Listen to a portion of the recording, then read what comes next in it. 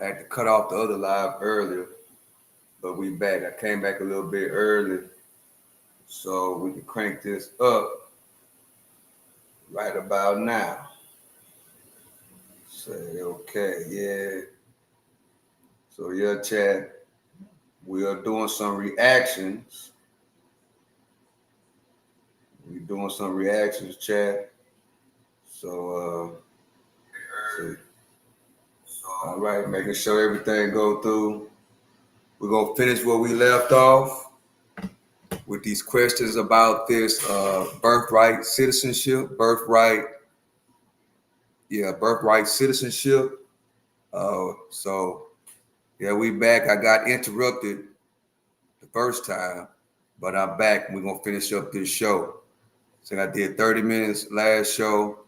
Then we're gonna try to hang in here about another hour, maybe a good hour to run through everything that we're gonna run through. You know, we got Trump with the new executive orders. If you did not see the first part of the show, you might need to go back and check it out. So, chat, yeah, man, I hope everybody having a good evening. And it's about to hit 5 o'clock right here. I come on 2 minutes early, which is real, real good. You know, we got a lot going on. And guess what? We're here to rock this show. Appreciate y'all for joining me. Please hit that like button, double tap the screen, whatever platform you own. We working from 5 different platforms. So if you watch it from Kick, Twitch, Rumble, YouTube, you know, I got 2 different YouTube channels working right now. Whatever YouTube channel you working on, whatever platform you own. I know on Kick, which I'm learning Kick. I'm learning Kick. Kick, you got to hit that like button or the heart button. And on Twitch and Rumble, subscribe. You know, subscribe. We're trying to get the numbers up over there. I'm starting to like Kick a whole lot. You know, as far as consuming Kick, you know, I'm starting to like it. You know, so shout out to Kick, shout out to Twitch and Rumble. Rumble, I like Rumble because Rumble can also be used as a streaming service. You know, so we're going to activate Rumble, you know, probably in the future where I can go live straight from Rumble, but still hit YouTube, Twitch, and Kick, and not even really use this streaming service. So we're going to be trying that out in the future. What's up, chat? We're trying to get a few people to come on in. We're going to finish the show. If you was here earlier, I had to cut the show off right when Trump was getting questions about this new birthright citizenship thing that's going on. So we're going to pick up where we left off. If you're just not coming in, you know, appreciate y'all for coming back. If you was on the last stream, appreciate you for coming back. Double tap the screen. So yeah, Chet, I had some things I had to take care of, but guess what? I'm back. I'm back kind of early. You know, today is going by real, real fast. And guess what? We ready to rock and roll. Man. Hope everybody having a great evening. Hope you having a great Sunday evening. If you watching sports or whatever you got going on, hope you having a good time. If you just sitting here watching, wondering what's going on over here, I hope you having a good time, man. Charleston White said he 1 to 2 phone calls away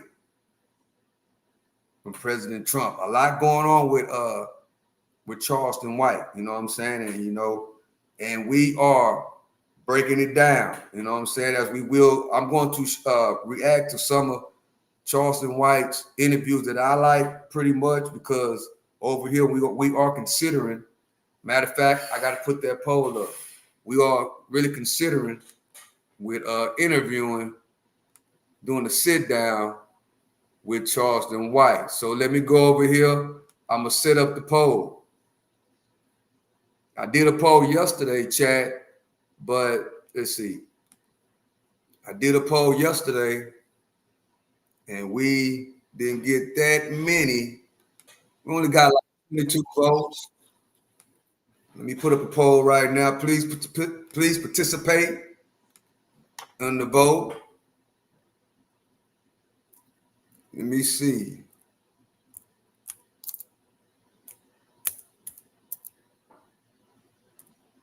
Here we go. Hold on, chat.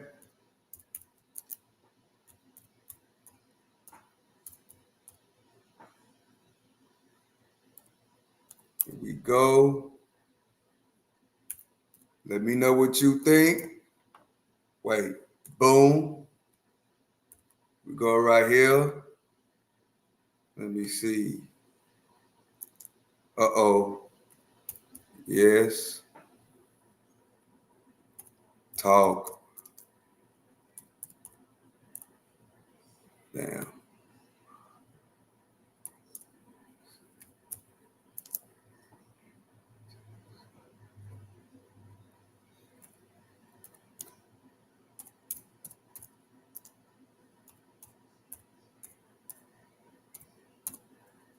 Hold up.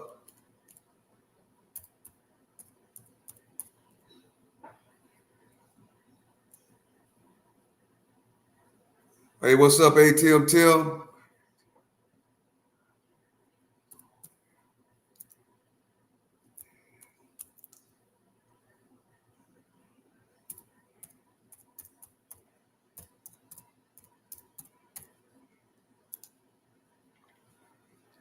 Okay, here we go.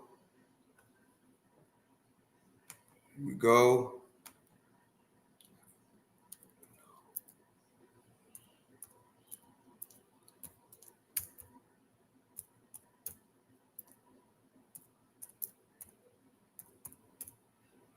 All right.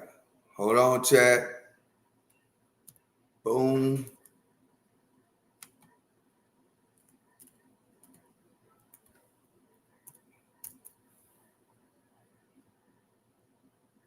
Hold on, chat. If you're just not coming in, I'm trying to set up this. Trying to set up the questions. Same question from last night. Wait, I'm messing up. Oh, shit. Hold on, chat.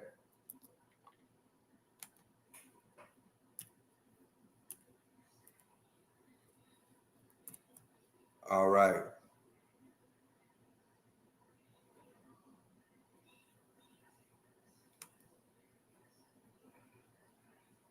Hold on, chat. Wait, what happened?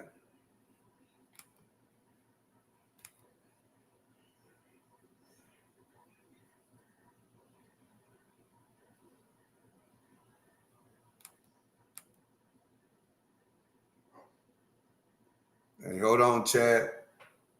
42 people in the building. Appreciate y'all for coming through. I'm trying to set this up. For some reason. Oh, I see why. I got to take some too many words.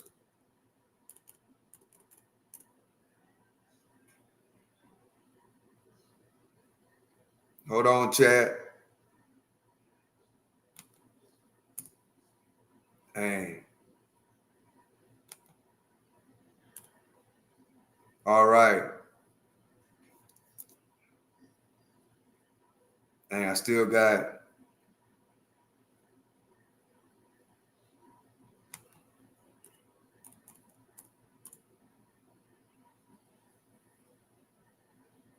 All right.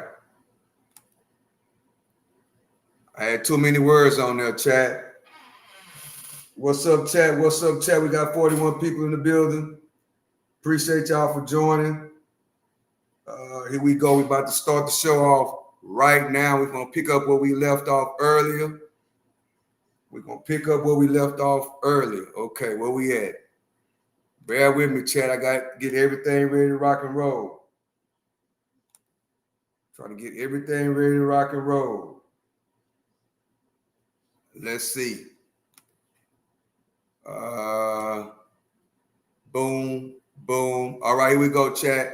This is where we left off earlier. If you don't know, now, hey, what's up, George? Hey, what's up? How you doing? What's up, chat? Appreciate y'all for joining me. I'm your host, the one and only Stock Sniper. This is the Freedom of Speech channel.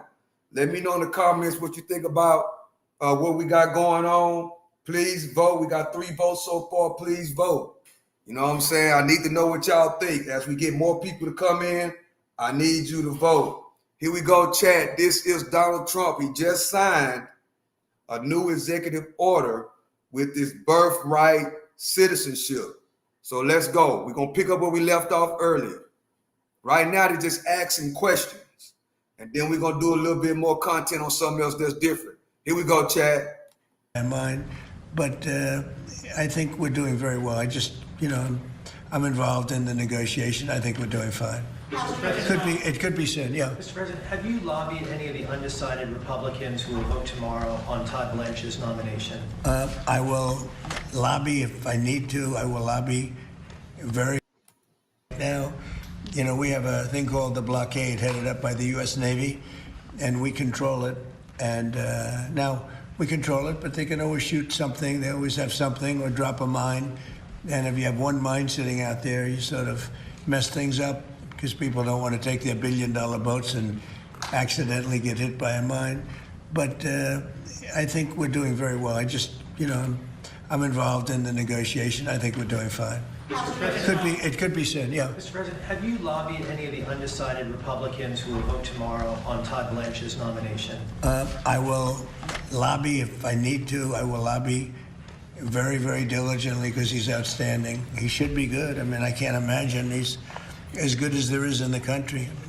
People have such unbelievable respect for Todd Blanche, so hopefully that won't be necessary. I spoke to some people, I did, but hopefully it'll all work out very well for the country because you're not going to find better than Todd Blanche. Will you reach out to Senator Murkowski, Senator Cassidy, for instance? Let's see if we need anybody. I'll reach out to whoever I have to, but anybody voting against him would be doing a great disservice to the country, please. Mr. President, the deadline for Representative Max Miller to withdraw from his race is coming up next week. Yeah. Do you believe he should withdraw this? Well, I'm not going to get involved in that. It's a very sad situation, and I know Max very well, but it's very, very sad that a situation like that takes place. Yeah. Do you think the DOJ should prosecute Dr. Fauci? Well, they prosecuted Peter Navarro and they prosecuted Steve Bannon, two very decent people, over something that essentially was never prosecuted before. And there are sort of telltale signs of similarity. And they went to jail for a number of months over something that I saw one of the analysts said they used to laugh at it in the Justice Department when something like that was referred. But Merrick Garland prosecuted two very decent people and sent them to jail. I wasn't president. I would have given them a pardon in 2 seconds, but I wasn't. It was after I left. They waited till after I left, and then they prosecuted these two people, and they ought to be ashamed of themselves. So when you see that happen, you sort of say maybe he should. What he did is far more serious than a lot of crimes, frankly. But they prosecuted two people when nothing like that has ever taken place before. Mr. President, on munitions, you posted overnight that the U.S. has a massive amount, and right. You denied that there were any shortages. There is a supplemental request for $21 billion to restock. So why is that request still there if there's no because we urgency? Need more all the time. I mean, we need more. Look, we gave tremendous amount to Ukraine. The Biden people did. And they were given free of charge. No charge. No charge. Billions, hundreds of billions of dollars. And fortunately, I built up so much during my term. I rebuilt the military and also loaded it up with a lot of stuff. And we have certain types of munitions that are very powerful, that we have virtual unlimited supply. We have others where it's a little bit tighter, and we're getting them in on a daily basis. As you know, our defense companies are building more plants right now than at any point in history. They're building plants for the Patriots, for the Tomahawks, for everything. But we have certain types of munitions which are very, they may not be as accurate. They may not be, they're not as elite. We have elite too, but we're watching that very closely. But we have certain types which are very powerful and very good, and we have an unlimited supply, and so we're in great shape. But with that being said, we always want more. We have to have more. We have other things maybe come up. You maybe come up and maybe don't come up. Hopefully nothing else does come up. But we're in very good shape. We have literally massive amounts of ammunition. Yeah. Mr. President, on Ukraine, President Zelensky says his country desperately needs long-range missiles or those Patriot missile batteries. Is that something that you're... Well, I mean, we want missiles too. You know, when Biden gave him so much, Biden gave $300 billion worth of ammunition. You know, when I left, it was full, and he gave a lot of it away. Now we're rebuilding it, and we're using munitions that are very powerful, very good, but we wouldn't have been using them. We could have used something else. But these are a little bit older type, equally as effective, and it's things that we have so much. Plus, we have supplies of munitions all over the world that if we ever needed them, we'd take that. We're supplied all over the world, but we're in very, very good shape. Russia seems to have increased their attacks on I civilian know, areas. yeah, I know. That must be of concern to you, Mr. President. Well, look, we're not involved from the standpoint we're separated by an ocean, but I hate to see 25,000 young people a month get killed, and that's what's happening. Between Russia and Ukraine, they're losing on average 25,000, mostly soldiers, a month. And, you know, we're working on it, and I think we're making progress, but... Chad, I gotta admit, I'm kind of tired of hearing about these wars. I'm tired of hearing about all these wars, especially the one in Iran. 1 week, you know, they say it's ended. The next week, they crank it back up. Then the next week, they say they're gonna open up the straits. The next week, they close it. I'm kind of burnt out on hearing about these wars. You know, it seems like it's the same thing over and over and over. You know, I'm getting I'm starting to not like hearing about these wars all the time. Maybe because we've been covering it for so long and we see all the bullshit that, you know, I'm getting kind of tired of hearing about the war. I want to hear about the upside. I want to hear about how things going to get better. You know, I'm tired of hearing about the back and forth and the same old thing. It's a violent, very violent war. There's a lot of hatred in that war, a lot of hatred between the two leaders. I settled 8 wars. I thought this would be maybe one of the easier ones, and it turned out to be the most difficult. But progress is being made. Thank you very much, everybody. Thank you. Thank you very much. All right, that's it on that one, Chad. We'll see on this one over here. I think he's going to talk about a little bit more about signs of, wait, where is it at? Okay, here we go right here. This is a roundabout with the mining industry. Talk a little bit of business, right? Let's talk a little bit of business and see what companies that we can get out of this. What companies are we going to talk about on this round table that we could probably look up and see what they're doing? Let's see, chat. What's up, chat? We got 35 people in the building. We got 10 votes so far. Please go vote. Let me know what you think. We are considering bringing up old Charleston White, you know, doing a sit-down interview, you know, but only if we can, you know, only if the people that really work with the channel really want to entertain something like that. You know, that's. So please go vote, you know, and then drop a comment. Tell me what you think. Tell me where you from. You know, tell me what you think about this new birthright citizenship executive order that Trump just signed. You know, so yeah, give me a good feel of what y'all think about this, chat, as we continue to move on with this next part of what Donald Trump is going to be talking about.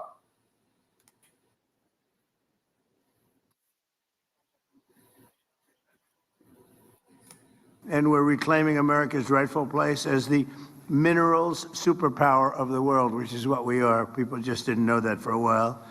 I want to thank our great Secretary of State, Marco Rubio, for hosting us. It's a beautiful building, but, you know, I look at the president's allowed to remove things from any building. And I'm liking the chandeliers. I like Black those man? Corinthian columns, but I don't know, cutting them out would be not good. Hey, what's up, the Those dog? are beautiful columns, but I'm allowed to do it. Every once in a while, I'll come in here and grab a painting and put it at the Oval Office, right? But not too much. But I want to thank Marco. I want to thank Secretary of Interior Doug Burgum, who's done a fantastic job. Secretary of Commerce Howard Lutnick, likewise, and as well as Executive Director of the National Energy Dominance Council, Jared Agan. Thank you, Jared. And thank you all. I love that, the Dominance Council. I've never heard that one before. That's a hell of a name. Where's Jared? Where's Let me Jared? get this up over here. Hi, Jared. I like that. Did you make up that? Did you come up with that? That's all you, sir. You came up with I'm it. liking the Donald Trump. Hey, I what's think it's up, pretty Edward? good. Thanks as well to the leaders of many of America's great mining companies who are here, and educational institutions are also joining us today. 250 years ago, America won our political independence in the Revolutionary War. In my first term, we secured our energy independence, and now in my second term, we're achieving our economic independence, ensuring that America is never again reliant on hostile foreign nations for the resources our country needs to dominate in the future. And we have plenty of those resources. Critical minerals are the raw materials of American strength that power everything from advanced weaponry to automobiles, and we want these essential products to be mined, refined, and made right here in the USA with the American skill and American hand. What's up, OG Nappy Pappy? What's up, the Don? You know, y'all came in, I was battling with writing that question right there. So, yeah, I'm sorry if I passed y'all up. OG Nappy Pappy and ATM Tim. We got 16 votes so far. Please continue to vote. Thank y'all for coming through. Let's rock. We have better skill, and we have better hands than anybody in the world. For decades, politicians let other countries steal our mines and mining jobs. They'd close up mines. They'd buy a mine and close it because it was good for them and put American producers out of business. The United States lost more than 3,400 mines. Oh, can you imagine? 3,400. I thought they were going to say miners or jobs. It's mines. 3,400 mines over the past 3 decades. That's sad. But now they're coming back, and they're coming back faster. Many of those mines are being reopened, and a lot of new mines are being built. Over the past 18 months, our administration has signed or approved more than 160 minerals deals worth nearly $40 billion. And today, the United States is opening up new mines at the fastest pace since the 1950s. Nobody's seen anything like it. And that goes for auto plants too, and AI, and so many other kinds of plants. We have 9, think of this, we have in a short period of time, a year and a half, and it's the numbers are for the first 12 months actually, but figure a year and a half, we have $19.2 trillion being invested. The previous administration had much less than $1 trillion in 4 years. We have 19.2 in actually 12 months, but we'll add something to it. So it's now going to be over $20 trillion. And by the way, no country ever in history has done anywhere near that number. We're 5 to 6 times higher than certain of our competitors from very successful competitors, but we're much higher. Nobody's seen what's happening today in our country. Nobody has seen anything like it. And hopefully you'll see it again, but only for us. I think it's going to be hard to match, however. Today, the United States is opening new mines at the fastest pace, and we opened the first American rare earth mine in more than 70 years. What's that all about, Marco? We've announced the construction of the first new aluminum smelter since 1980. It's going to be a big one. I mean, if it's the same one, building a massive, beautiful job producing smelter in Oklahoma. I love Oklahoma because they have 77 counties. I won all 77 3 times, right? You know, oh, he's looking, right? Nobody's, you know who second was? Ronald Reagan, 56. That's pretty good, right? I like Oklahoma. We authorized deep-sea mining to unlock vast untapped resources off our coast, and we're rebuilding the national defense stockpile and investing more than $12 billion in a brand-new strategic mineral reserve, and we're protecting American workers with historic tariffs on foreign copper, aluminum, steel, so that our people are protected. And the tariffs are what made this so successful, the proper use of tariffs, but they're really what made this so successful. You probably heard me during my campaign. I used to say, the word tariff is my favorite word, and the fake news, see them back there? They're all back there. That's what I was just thinking to myself, Chad. Donald Trump loves the word tariffs. He loves it. And right when I started thinking that, he said it right out of his mouth. And they'd say, what a terrible thing to say. What about God, wife, country, love? I said, it's all right. So I made it my fifth favorite word. Now I have no problem. Oh, they hit me hard when I said tariff was my all-time favorite word. It didn't play well, but it's a solid number 5, and now I'm okay. But American miners have never had a greater champion in the White House than President Donald Trump. And before I took office, federal mining permits took 3, 4, or even 5 years. Now they take as little as 25 days. So we went from 5 years for approvals to get them, and nobody was doing it anyway. Took too long and just wasn't working. So now we go from 5 years to 25 days for approval. Under the great big beautiful bill, we secured an unprecedented $100 billion to underwrite critical investments in our mineral supply. And for the first time ever, we are even making direct equity investments in critical mineral production. Last July, the Department of War took a $400 million stake in MP Materials, which is already worth nearly $1.2 billion. It's gone up greatly in value. I did one of those too, but not quite in the same business. Intel, we had a problem with Intel, and we settled the problem. They gave us 10% of the company. That was worth $12 billion. And since we had the company, you saw it, you've probably been watching, the stock has gone up many, many times, just about number 1. And we made $82 billion. Do I get credit for that? No.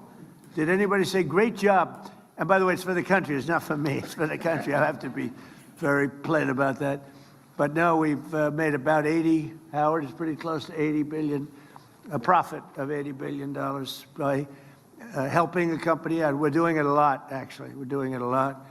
Today, we're taking another historic action toward the future of American mining. For years, mining schools and colleges that are essential to training the future leaders of this industry have been absolutely and sadly disappearing. Accredited mining programs in the United States now graduate less than 170 mining engineers each year, while China graduates more than 3,000, and half of our current mining workforce is set to retire within the next 3 years. Well, that's why my administration is making an unprecedented financial commitment to our nation's mining schools. It's going to keep us nice and young and vibrant. The schools came to us seeking $10 million per year in funding. Instead, I'm thrilled to announce that we're delivering $100 million to train the next generation of American miners. And you have a lot of you are in the room right now.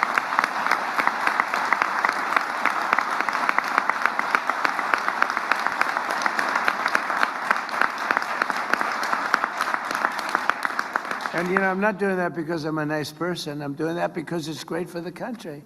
It's great for the country, and it also helps a lot of people.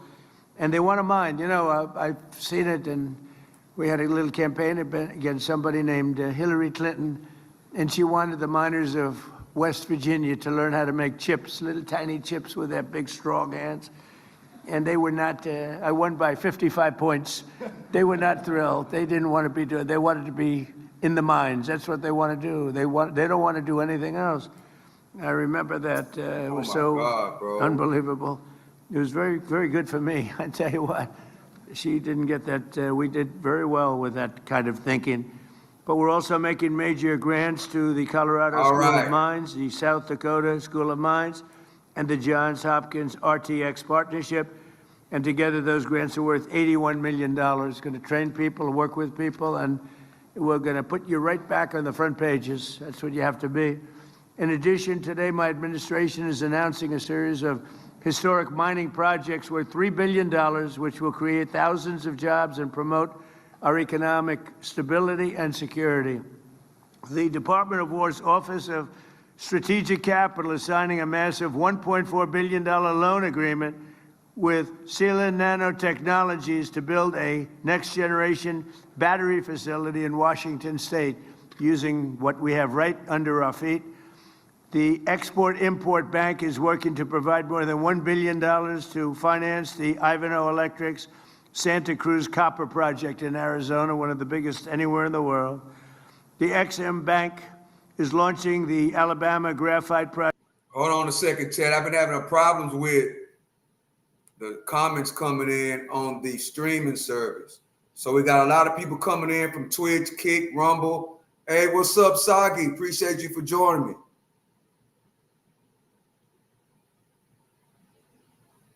Your face should be on the top and your screen in the middle. Bottom is full of comments. Can't see easily. Okay, Sagi. Hey, what's up? Ratchet. Hey, how y'all doing? I'm just not able to see y'all's comments. The people that's coming in on Rumble, Twitch, YouTube. I had to reload my comments. You know, now I'm able to see everybody else that's coming in. So if I didn't read your comment, my apologies. I had to reload the comments in the streaming service so I could see everybody's comments from whatever platform you're watching on. So, Sagi, I see what you're saying, though.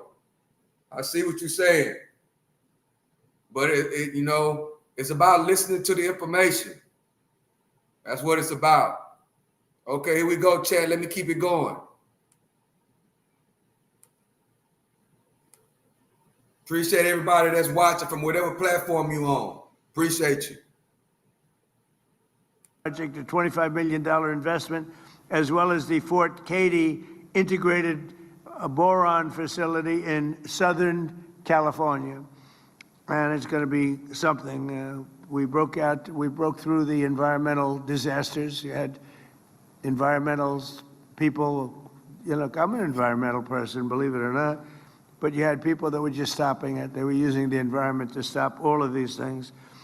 The Department of War is investing $400 million to expand production of scandium, one of the world's most valuable aerospace and defense materials in Australia.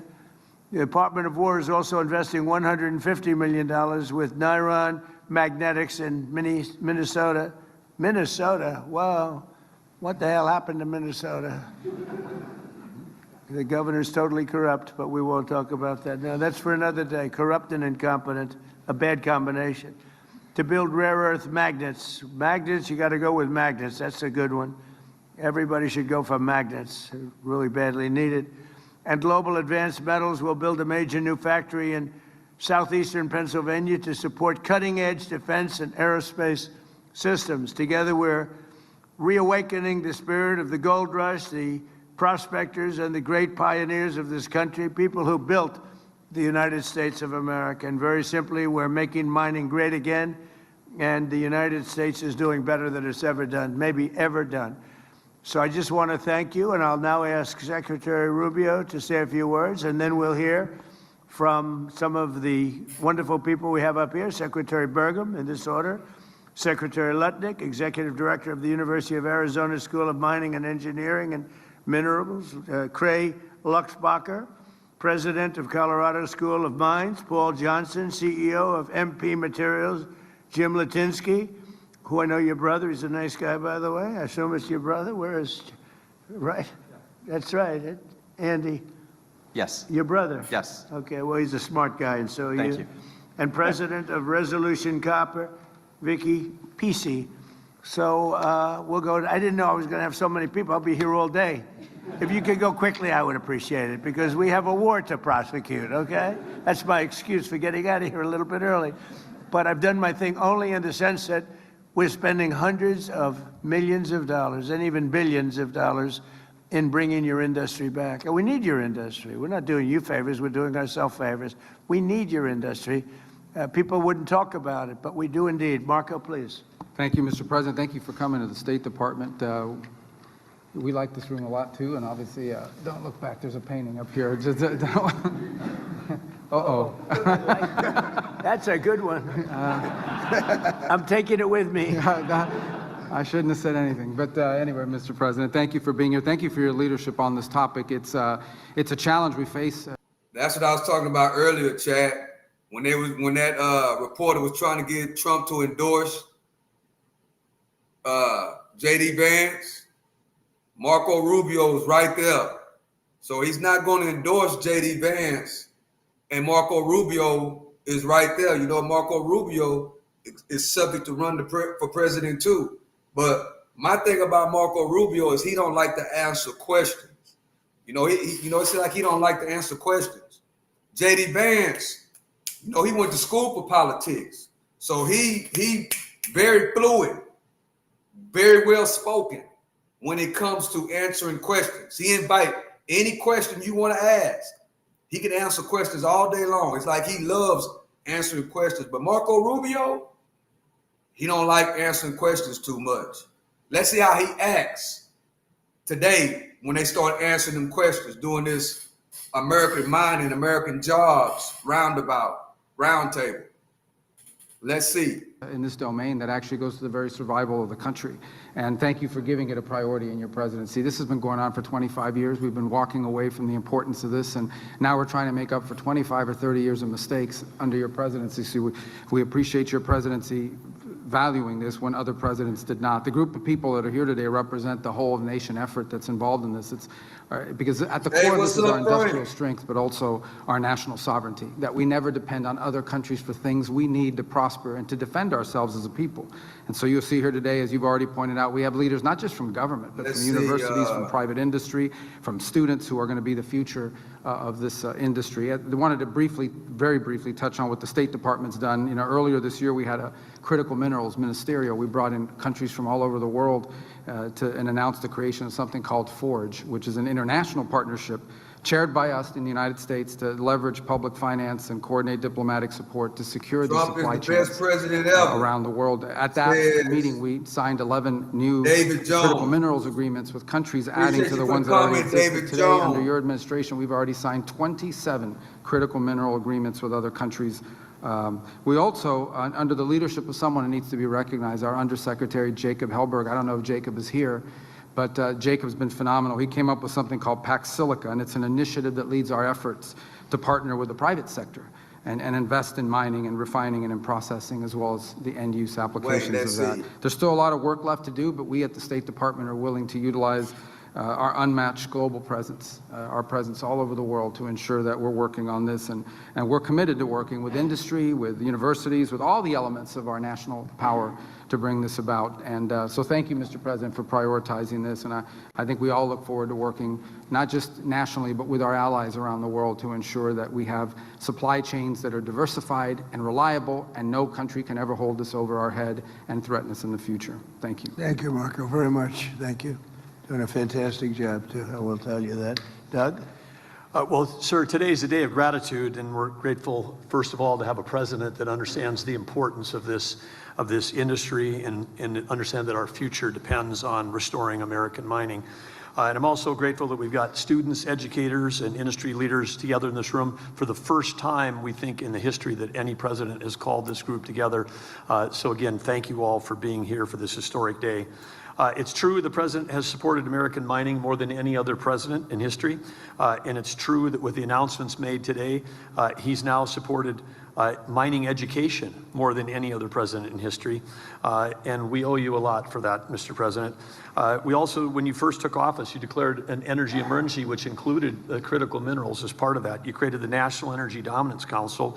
We've got some of those partners that are right here, and whether it's Marco with the 27 bilateral agreements, going to 51 countries, whether it's Howard with the trade deals and the investments that are being made, then the National Security Council, David Copley and everybody working on supply chain, Jared Hagan and the NEDC doing all of this work. It's a whole of government approach. You understood that we had to turn the ship around. It took every agency, every work. Just for the people in the chat that don't know what mining is, here it is right here. This is what mining.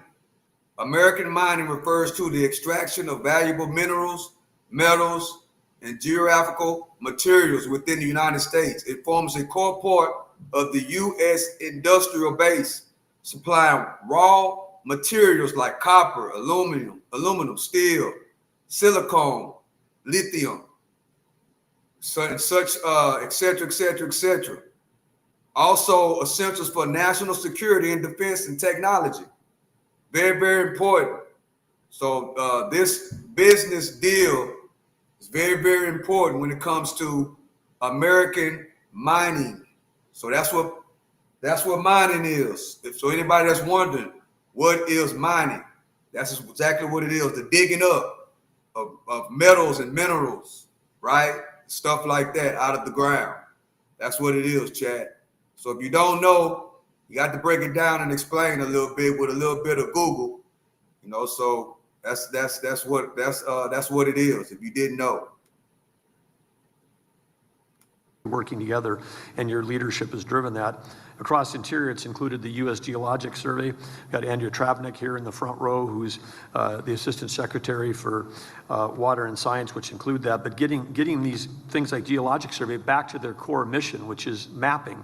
The critical minerals list comes out of the U.S. Geologic Survey. We've expanded that to 60 critical minerals, and for the first time, we put coal back on that list because that's also such an important part of mining.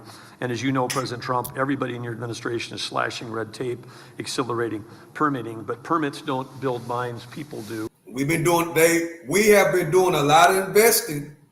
You know, a lot of companies are investing in America in all different fields. So we're going to see how this play out in the future, how all this investing, you know, how it really plays out. Will it be great investments, you know, to push America to the next level, to bring us out of all this debt, to help out to what's going on, you know? But of course, we have to be educating ourselves. We have to be educating our kids to take it to the next level. Because, you know, there's going to be a lot of jobs coming around because of all this in the future. And that's why the investments that are made today related to reimagining the workforce and supporting these institutions are so great. America, it's estimated, graduates more than 30,000 lawyers every year, but you heard the president say less than 200 mining and metallurgical degree students. That has to change with a $100 million historic investment and the other investments announced today. The anticipation and the challenge to those 14 schools that are all here today is to double or triple the number of graduates in the next 2 years. And again, President Trump, even though that those are all amazing things, the most important thing that you've done is you've restored America's belief that we can do big, bold, hard things again. When you were campaigning, you talked about drill, baby, drill, and some people scoffed at that. But under that vision of energy abundance, America now, #1 oil producer, #1 natural gas producer, #1 LNG exporter, all of that in 18 months. This industry is poised to do the exactly same thing, to revive itself and become a world leader. And it's going to be powered by the next generation of American entrepreneurs, engineers, geologists, and skilled miners. And so, President Trump, this group is here. You've proven that we can drill, baby, drill. This group is here to prove that we can mine, baby, mine. And to supporting that, we're going to map, baby, map, and we're going to put American mining back on the map. So Thank you very much. And it's something that we maybe should. Drill, baby, drill. Mine, baby, mine. That's what the new slogan is, Chad. Drill, baby, drill. And now it's mine, baby, mine. Say we do more oil right now than Russia and Saudi Arabia combined, and that's not including Venezuela. We're getting a lot of oil, and good relationship we have with them too, but a lot of oil. But we do without even including Venezuela, we're doing more oil than Russia and Saudi Arabia combined. Isn't that something? That's a big difference. Howard, please. Okay, the oil prices and the gas prices should come down then. You know, we got all this oil. It's time to bring it all the way back down. Bring it back all the way down, $2 and up under. We was almost up under $2. Where I'm at anyway. We were almost there until Donald Trump came and told us we got to take a little detour to Iran just for a hot little second. But guess what? We still in Iran right now. Come on, man. We got to get it together. We got to get it together, Chad. We got to get it together. Let me know what you think about it, Chad. Let me know what you think about it. We still in Iran right now. Do you like it? Are you ready for the war to end so we can get back to business? Let me know what you think about that in the chat. Wait, hold up. Let's do a vote check, Chad.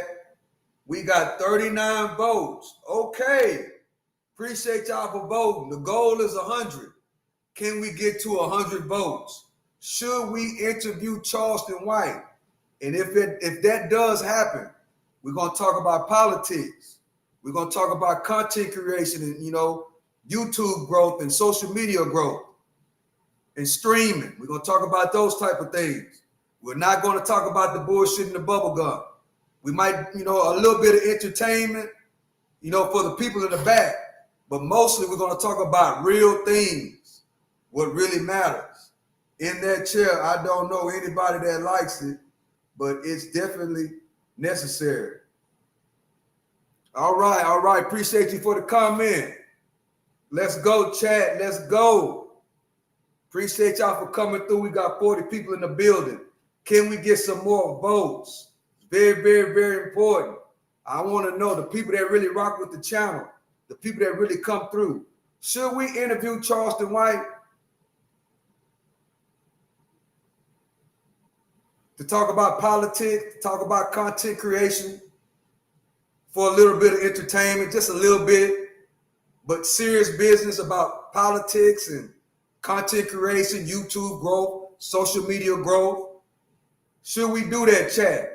Right now, 51% of the people say yeah, 49% of the people say no. If you have not voted, please go vote as we wrap up this American jobs mining roundtable conversation between Donald Trump and the rest of the cabinet. So let's be clear, critical minerals are more than an economic issue. They're a national security issue. If we want to lead in advanced manufacturing, AI, semiconductors, energy, defense, we can't depend on our foreign adversaries for the materials that underpin our industries. We just can't. And that's why the president tasked us to rebuild the supply chain and make it a top priority of his administration and my department. So our objective is very simple. We're going to mine here, we're going to process here, we're going to refine here, we're going to manufacture here, and we're going to create those American jobs right here. So our Section 232 tariffs, right, where we strengthened our steel, our aluminum, and our copper industries. And let's just talk about what that's created. So I have Jesse Gary on my left. I went down to visit his aluminum smelter, and he's building the one in Oklahoma. Oh. Jesse's doing the one in Oklahoma, where he's going to double the aluminum production by the United States of America. So that's pretty amazing. Great success. Right, then of course we're doing steel in Alabama. I mean, these are the first types of smelters and furnaces that America's had in 40 or 50 years. And it's only because of your leadership and the 232 tariffs, which you've been driving. So the CHIPS program, right, we gave Korea Zinc $7.4 billion to build a critical mineral smelter right here in the United States. Vulcan Elements, $1.4 billion, also to build right here in the United States, right? Another, Robert is sitting next to me, we invested in iPulse, that's his high-tech mining company, to change the way mining is done. And so we have an investment with him. And the goal, of course, is not just more minerals. It's the full industrial supply chain on American soil. You have to remember, we lost critical minerals not because of free markets. It's because of foreign subsidies, market distortion, export restrictions, stockpiling. These adversaries have just cheated their way to market strength. And we are back and we're fighting it. So we're not going to accept dependence on foreign supplies. We're just not. That's why we're working across the world, as Marco pointed out, to expand our global allies and make sure we're doing it together. So we're going to secure reliable supply. We're going to strengthen our global partnerships, right? We're going to back American companies, and we're going to make sure the United States, not our adversaries, controls the supply chains of power and critical minerals for our country and our future. The bottom line, we need to control our supply chain And under your leadership, we are executing on that, and it is coming. We will mine, we will process, we will refine right here in America under the Trump presidency. Thank you. Thank you, Howard, very much. And Cray, where's Cray? I'm here, sir. Thank you. Go ahead. Mr. President, first I want to thank you. This is a historic investment in American mining engineering schools, and we're really grateful. I also want to say thank you for what you've already done towards accelerating permitting for mining in the United States. It's really been unbelievable, and you've created pathways for industry. And now, in order to achieve American mineral dominance, we really need technology and talent. And your American mining schools are ready to get to work, so thank you. Thank you very much. Thank you. Please. Thank you, Mr. President, and thank you so much for your leadership. I think the message of the day is we need to mine, refine, and make things in America. And I'm pleased to report to you, actually, because this has been a call to action from you for a long time to make magnets.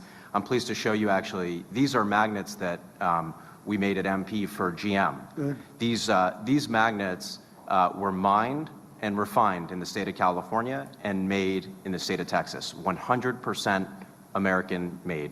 And thanks to your leadership, we are scaling up that facility. We're going to triple the capacity, so we're delivering magnets to GM today. Next year, we'll be delivering magnetics to Apple. And then from there, we're going to 10x our capacity as a result of our public-private partnership together. We're going to increase capacity for American industry, which, as you mentioned earlier, is going to be the American taxpayer has already benefited. It'll be great for national security. It's really a win-win-win, sir. And lastly, that facility is going to be north of $1 billion of investment and a couple thousand jobs. So we really are making a lot of progress thanks to your leadership. So I appreciate it. Thank you very much, Jim. Great job. That's so important, what you're doing. Very, very important. Those are the ones I'd be looking at if I were in your world. And thank you. Thank you. Is Paul Johnson right here? Right? Yes, Mr. President, I'm here. Mr. President, I'm Paul Johnson, President of Colorado School of Mines. We are the #1 ranked program in the world. We're the largest program in the United States. And we are very, very excited about the investments that you're making. It's pretty hard to go anywhere in the world and not run across somebody with a mines connection. Secretary Burgum's experts in critical materials, over 200 of them will be moving to the mines campus in about 6 months. So we'll be looking forward to welcoming you there for that particular ceremony. I wanted to thank you for two things. One is thank you for the investment in the mining schools. Our expertise has atrophied over time. Chat, does anybody in the chat work in the mining industry? Does anybody in the chat work in the mining industry or knows anybody that work in the mining industry? Y'all let me know, chat. Is there anybody in the chat that works in that industry? If it is, where is your job located at? Does anybody in the chat work in the mining industry? Hey, what's up, OGG? Appreciate you for coming through. You didn't have to take your comment back. This is the Freedom of Speech channel. I am your host, the one and only Stock Sniper. Appreciate y'all for joining the chat. We got 42 people in the building and 19 likes. That looks good. That looks good. And voting, we got 42 votes. We trying to get 100 votes before we end this stream. Should we interview Charleston White? What would y'all be talking about? Stock Sniper, we will be talking about politics, content creation, YouTube growth, social media growth. We won't be talking about the bullshit in the bubble gum. We'll be talking about things that align with the channel. That's what we'll be talking about. Might slip in a little bit of entertainment, a little bit, but 90% will be pure knowledge. So, okay, let's see. What am I supposed to be doing over here? Hold on, chat. We got 44 votes now, 50-50 split. 50-50 split. Processing space, and this investment is going to make a big difference. Second thing is, while the majority of, I think, programs have sort of shrunk over time, we've actually grown over the last 2 years. And I want to thank you because I attribute that growth to you and your administration's highlighting of critical minerals in the press, and the amazing team that you have working through Interior and Energy, other folks. It has really, I think, made families feel like this is a field that their children can go into, and I think that's the start of getting things through there. The other thing I want to thank you for is the investment you just announced in mines in our commercialization hub. I've always had this dream of having a facility, and we have a 50,000 square foot facility that could be dedicated to technology, taking it from ideas to pilot scale to commercialization in a very quick period of time. And your investment in us in doing that is going to enable us to be able to do that.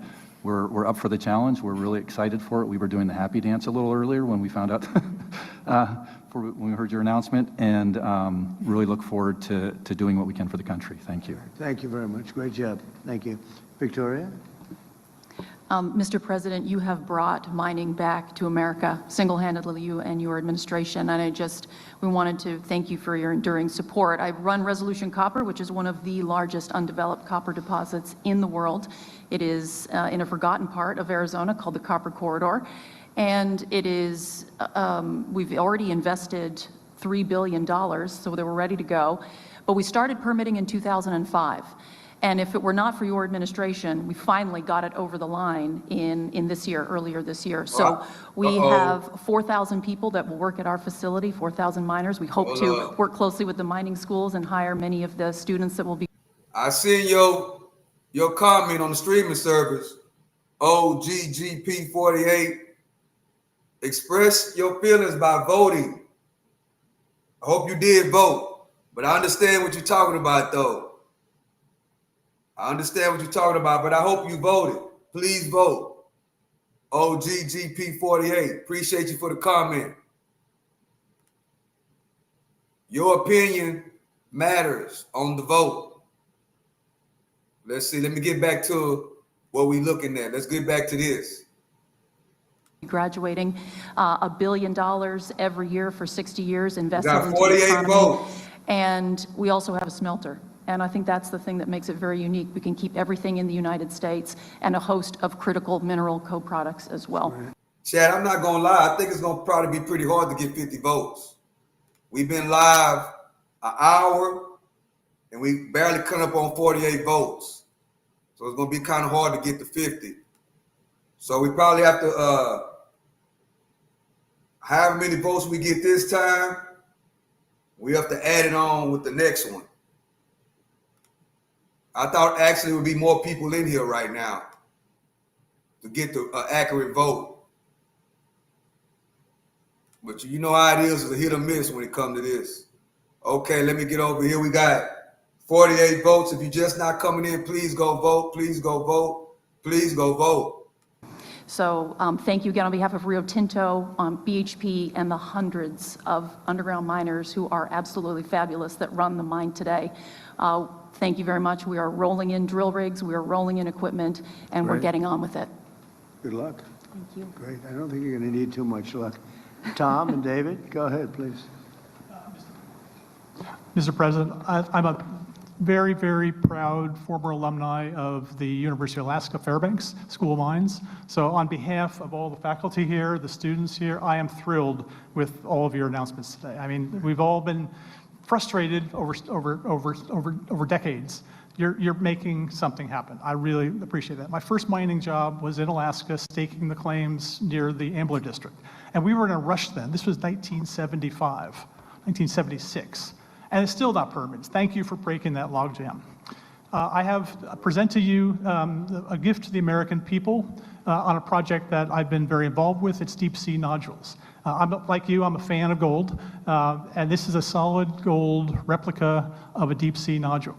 Now, I wish the nodules down the deep sea had a lot of gold in them that would be more attractive, but they do contain 20 critical metals. And these are 20 critical metals that are going to be needed for the reindustrialization of America. They're going to be needed for defense purposes. They're going to be needed for all the technologies that we are relying on and every single citizen in the United States take for granted. That should be a key part of the supply chain, and that's what mining can do. Thank you very much. Thank you. Where's the gold? Come on, bring it up. Pass it down. I want the gold. He just said, Let me see what it looks like. It should be very heavy. It's the heaviest. The gold is more fun. Let me see. It is. It's heavy. It's real. That's fantastic. What's that, gold? Oh, I like that too, huh? This is so valuable. I don't know, do you have a lot of competition, I hope? Because people have to go after. This is so, people have no idea how valuable that is. Thank you very much, fellas. It's really beautiful. Please, David. And as somebody who joined the Trump administration from the mining industry, I just want to say that absolutely nobody supports our industry more than President Trump. So for decades, we've felt ignored by Washington, and we've seen our industry outsourced to our geopolitical competitors. So I'm so grateful to work for you, because you get it and you understand that this industry is foundational to our economic and national security.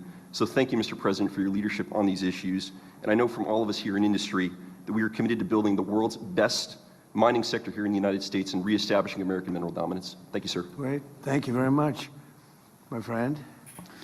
Well, the mining industry has no greater friend than President Trump. He's obviously, everybody knows he's the greatest deal maker in the world, but what he's doing here today is bigger than any deal or one deal or two deals.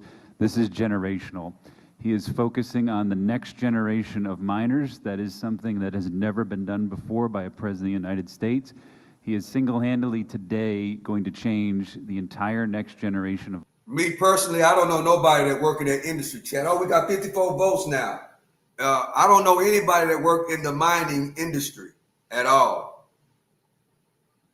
Mining in America, and he is making America the center of energy dominance for the world. So thank you, Mr. President. Well, thank you very much. Great.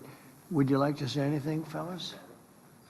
Good-looking guys here. Mr. President, this is a truly historic occasion to bring America back to the leadership of mining, which built this building and which built this country. We've been sleepwalking through many administrations, and this is a revolution that will just electrify the millions of people in the United States that understand that everything you touch, we either mined it or we grew it agriculturally. And the people that are the farmers really need everything the miners produce to help them farm. So this is critical to our national security. We're elated with your support, and we're going to use Yankee ingenuity to prove that we can dominate the supply chain again, rather than have that used by other nations against us. Thank you for that. You know, you used the word sleepwalking. That's what our country was doing with respect to mining, and many other things too, by the way. But sleepwalking, it's a great word. Thank you. Thank you. Please. Yeah. Well, I think we're going to end this segment right here, Chad. So exciting to see. I'm going to switch it over here. I'm going to play. This is the interview that I found on, hold up. Let me see. What up, Chad? I found this partial interview of a guy interviewing Charleston White, and I kind of like what this setup is a little bit. And I think this is how, if I was to, bring him over or meet up with him somewhere, it would be similar to what we're about to see right now. Not with the club scene, because it's like, it look like they're at a club. So it won't be like this, but the setting won't be the same, but it's similar to how it's going, probably look. And I'm just getting a few ideas. I'm going through different social media, different social medias, big content creators and small content creators. And I'm seeing that he's doing a lot of interviews with people with 2,000 subscribers, 3,000 subscribers, 5,000 subscribers. And, and of course, like if you do that, you're going to have to, orchestrate it the way you want it to be orchestrated. So depending on what your content is, and because Charleston White has a lot, he likes politics like I do. He likes to talk about these certain different things. I think that we can bring that up a little bit, and his growth as far as content creation, I think that'll bring value to the people that are on the channel and me that are trying to move forward with creating different content, not just on YouTube. Because like I am on a lot of different platforms. I'm on Kick, I'm on Twitch, I'm on Rumble.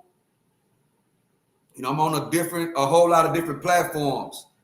It's streaming. You know what I'm saying? That's what, we'll talk about a lot about that. You know, because a lot of us, I'm quite sure there's a lot of people that rock with the channel are content creators. So we have to learn about and think about different avenues of content, not just YouTube. But like right now, I'm on YouTube, I'm on Twitch, I'm on Kick, and I'm on Rumble.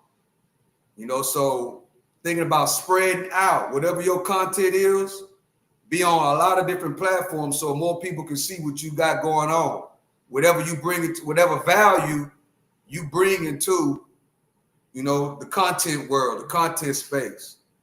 So I'm gonna listen to a little bit of this chat, and let me know what y'all think in the comment section. Please continue to vote. We up to 56 votes now. Hopefully we can get close to the 100. So here we go. This podcaster right here, I think his channel is The Hustle Reset. The Hustle Reset. And this is where I'm pulling this type of this. This is where I'm getting this clip from. So here we go. Yeah. So this next segment, I'm gonna ask you something about immigration, not just yet though, because I did hear you mention something, but we're gonna talk about immigration. But this next, all niggas should go join ICE. I tell them convicted felon niggas right now. Say fuck Amazon. Say they gonna let you kick white folks in the ass too. Say no, listen. If you don't go join, they got the Israeli soldiers doing it. That's why they mean to white people. Yeah. White people, Americans are not this mean to Americans. We're not this mean to each other. Why you think they got masks on? You can't see their face and you can't look them directly in the eye. Because if you make eye contact with people, you become human. So nigga, that's why the police don't take them glasses off so you don't become human. But these are not American soldiers. These are not our law enforcement that's doing that. These is 2 years ago when Trump became president, man, they brought in almost 100,000 Israeli soldiers to come over here to be trained in law enforcement, and they all stayed in Fort Lauderdale in Broward County. And I kept saying, man, what all y'all doing over here? And them Israeli soldiers were mean and nasty in the motherfucker. Them Israeli soldiers, why you think they do the Palestinians so bad? Nigga, they're not bringing our American troops over here because our American troops gonna show favoritism. Yeah. These are not our soldiers. These are UN soldiers. So now these are Israeli soldiers coming over here kicking us in our ass. One of my best friends, aka my camera guy. Yeah, they're gonna fight. He need to join. He need to go let him go be in ICE. Guess what? Guess what he said? What? We are living in the United States of Israel. We are. Israel have us going to war with North Korea because. How many people believe that in the chat, that we living in the United States of Israel?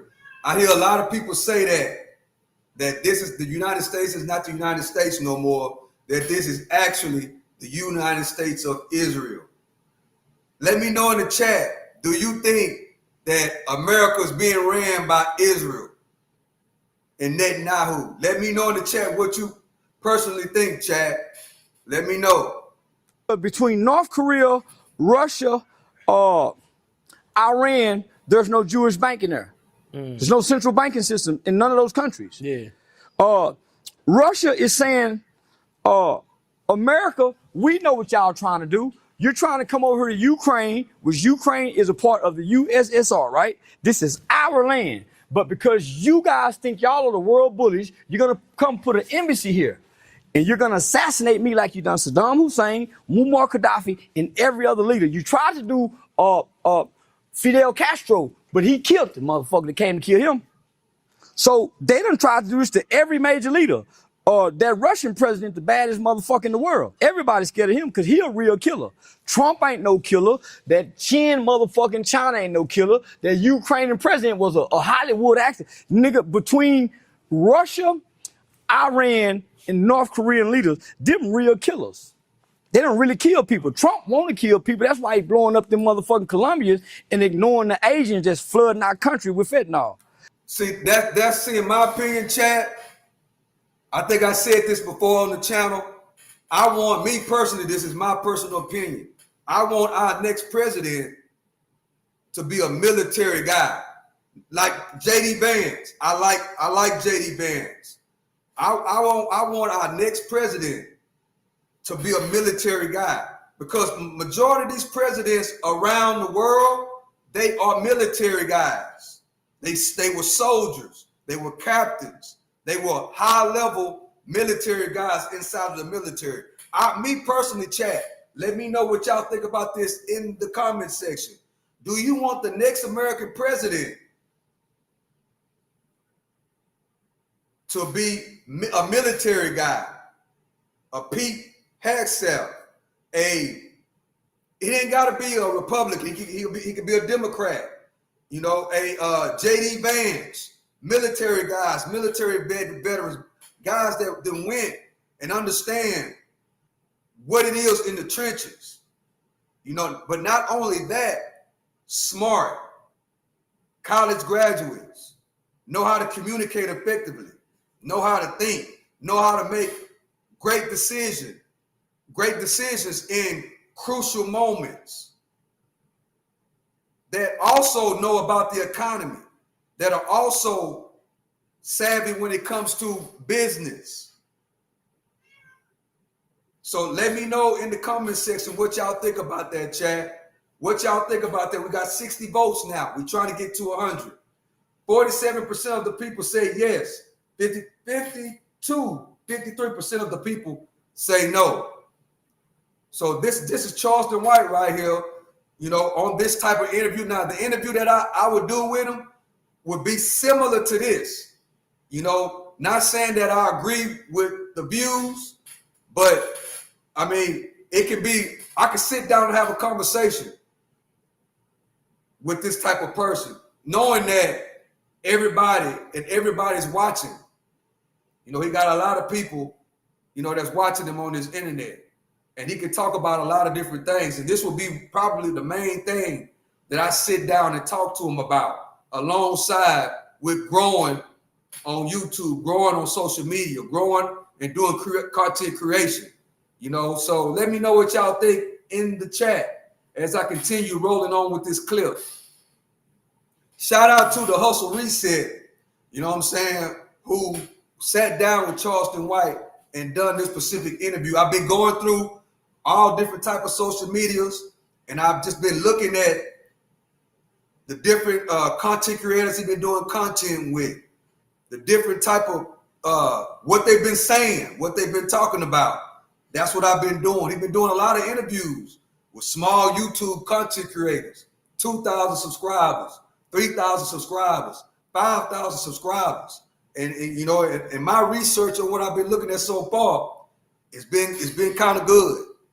So let me know what y'all think in the chat. Let me know by voting. Right now, most people are saying no. We're trying to get to 100 votes. So we might have to calculate this for maybe tomorrow. They trying to get a little dope over here. China, a year ago, showed America a whole motherfucking fentanyl factory. Yeah, we making fentanyl. And we sending it over there to y'all. We ain't went to war with them. So now, man, nigga, this is a puppet game. Trump is just a puppet. I've been saying. That mean-looking Jew Israel motherfucker that don't have no compassion for Palestinian, between him and Donald Trump's son-in-law, that's who run America. Okay, we got Nicole. I've always said our presidents should have to serve in the military and deploy during the war. Yeah, I want our next president to actually be a real savvy, a real smart, also military guy. He has to be been with boots on the ground. He has to be very smart and educated, very articulate, know about finance and business on a high level. That's why me personally, I'm looking towards J.D. Vance. I've been watching him for a while, you know, and he has, in my opinion, he's not one-sided because he used to be a Democrat. So he still has those Democrat connections, but he also have Republican values, you know. So I'm starting to like J.D. Vance. He loved answering questions. He's a good communicator. He's had his boots been on the ground, any super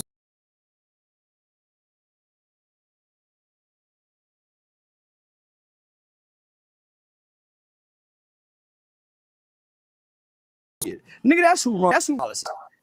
Do y'all agree with that? What y'all think about that? Do y'all think Donald Trump's son-in-law, Kushner, is the one running the country, the one pushing the buttons?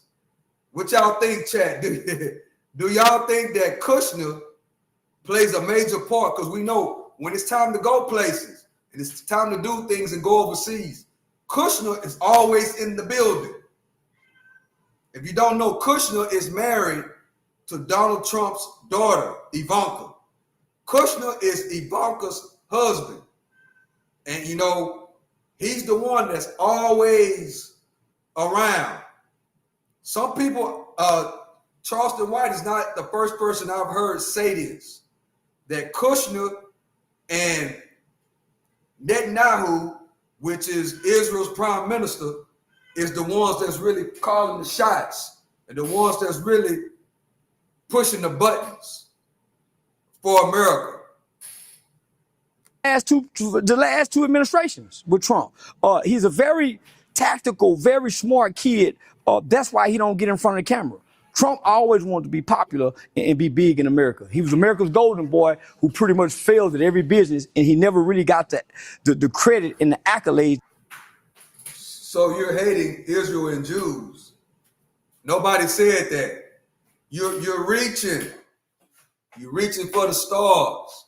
Nobody said anything hateful about Israel or the Jews. Nobody said that. We're talking about, how do you get that out of me talking about American presidents and who running America, who calling the shots in America? Where do you get any kind of hate for Jews, or where do you get that? I don't, you know, come on now. That he's getting now. That's why he's a bully. Nigga, I was a bully. Yeah, if I can bully you, so what if you can't stop me? I talk about your ass every day if you can't beat me up. Yeah, stop me, nigga. If you can't stop me from scoring on you, I'm unsportsmanlike conduct. Yeah, bitch ass nigga. I'm running. You know, you stop me, nigga. Yeah. And that's what America does to the world. No, that's a fact. Because why is it that we can always go in every country and set up a base and never leave? Yeah, I'm with America. I'm not leaving. Going back to Africa, tell your ass, nigga, I'm staying here. Ain't no Chick-fil-A's over there. One thing I know, as much as you holler you don't like America, take your ass somewhere else and say something about the president. Oh, it's over. Well, did you know, Nicole, Donald Trump used to be a Democrat.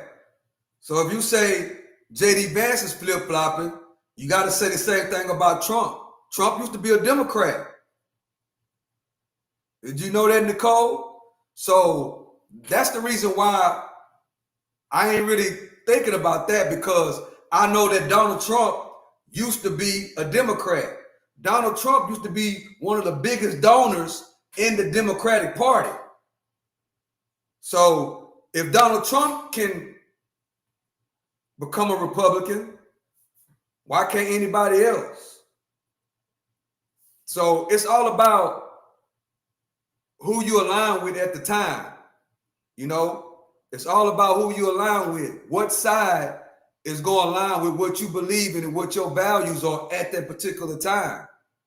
Some people voted for Donald Trump. The same people that voted for Donald Trump, some people voted for Obama. Some people voted for Biden. So it's you know, it's not, in my opinion, I don't call it flip-flopping, because these parties change over the decades as younger people get older and the older people move on. It changes a lot. So I don't think J.D. Vance is a flip-flopper. I just think that maybe his values changed, just like Trump's. You know, Trump was a Democrat for a very long time. He didn't like the way the Democratic Party was starting to become, and he switched over to the Republican Party. No, as a black man, that understands somewhat of what the world tries to teach us about the world. If I leave this country, I have no guaranteed rights nowhere else. If I go to Dubai and talk too loud, nigga, I can go to jail. If I look at a woman's ass, I can go to jail for life. If over here, if nothing else, nigga, I got a white public defender go come tell me some rights. Hey, we're gonna see the judge in the morning. Yeah. Nigga, you can't do that nowhere else. So what other country? What other country? Ain't no country like America, Chad. America is the best thing about America. One of the best things that I like is we have the freedom of speech. We have the freedom to think how you want to think. You have the freedom to say basically what you want to say to a certain extent. But every consequence, every negative reaction has a reaction. Every negative action has a reaction. So, yes, you got the freedom of speech, but that don't necessarily mean you can't lose your job or whatever the case may be. But that's the one thing about America. We have the freedom of speech. Let me rewind that a little bit. Let me rewind that. Believe. Yeah, I'm with America. I'm not leaving. Going back to Africa, tell your ass, I'm staying here. Ain't no Chick-fil-A's over there. One thing I know, as bad as you don't, as much as you holler you don't like America, take your ass somewhere else and say something about the president. Oh, it's over. No, as a black man that understands somewhat of what the world tries to teach us about the world, if I leave this country, I have no guaranteed rights nowhere else. If I go to Dubai and talk too loud, nigga, I can go to jail. If I look at a woman's ass, I can go to jail for life. If over here, if nothing else, nigga, I got a white public defender go come tell me some rights. Hey, we're gonna see the judge in the morning. Yeah. Nigga, you can't do that nowhere else. So what other country can you go to that's gonna guarantee you rights if you get locked up? You got some, hey man, mama, come get me. So why would you want to leave this? Divide and conquer. Move out of white folks' neighborhoods, stop trying to fuck their daughters and pulling up in front of their houses with them cars, all leaking in that loud ass music playing. Yeah. That's all they want. Move back over there across the railroad track. Dr. King fucked up. Everything in nature is divided. Yeah. Everything in nature is divided. Everything in nature picks on the weak. So we done took bullying out. Nigga, if you weak, you get picked on. Everything in nature get picked on is weak. Thanks. The run of the little get his ass run over. So I understand the concept of make America great again, nigga, when we was tough.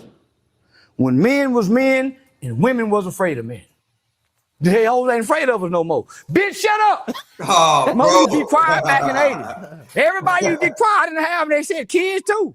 Yeah, nigga come home and the dinner ain't hot. Everybody got their ass kicked. Not just the woman. Kid might get his ass kicked too. And the brother who show up talking about don't hit my sister no more might die. And everybody sit back down at the table, bury the brother, and play family again. That's real. Yeah. Nigga, that's when America was great. What was it, about the 80s? Yeah, I agree with that too. 69-29. The parties, it divides the people, in my opinion. I agree with you.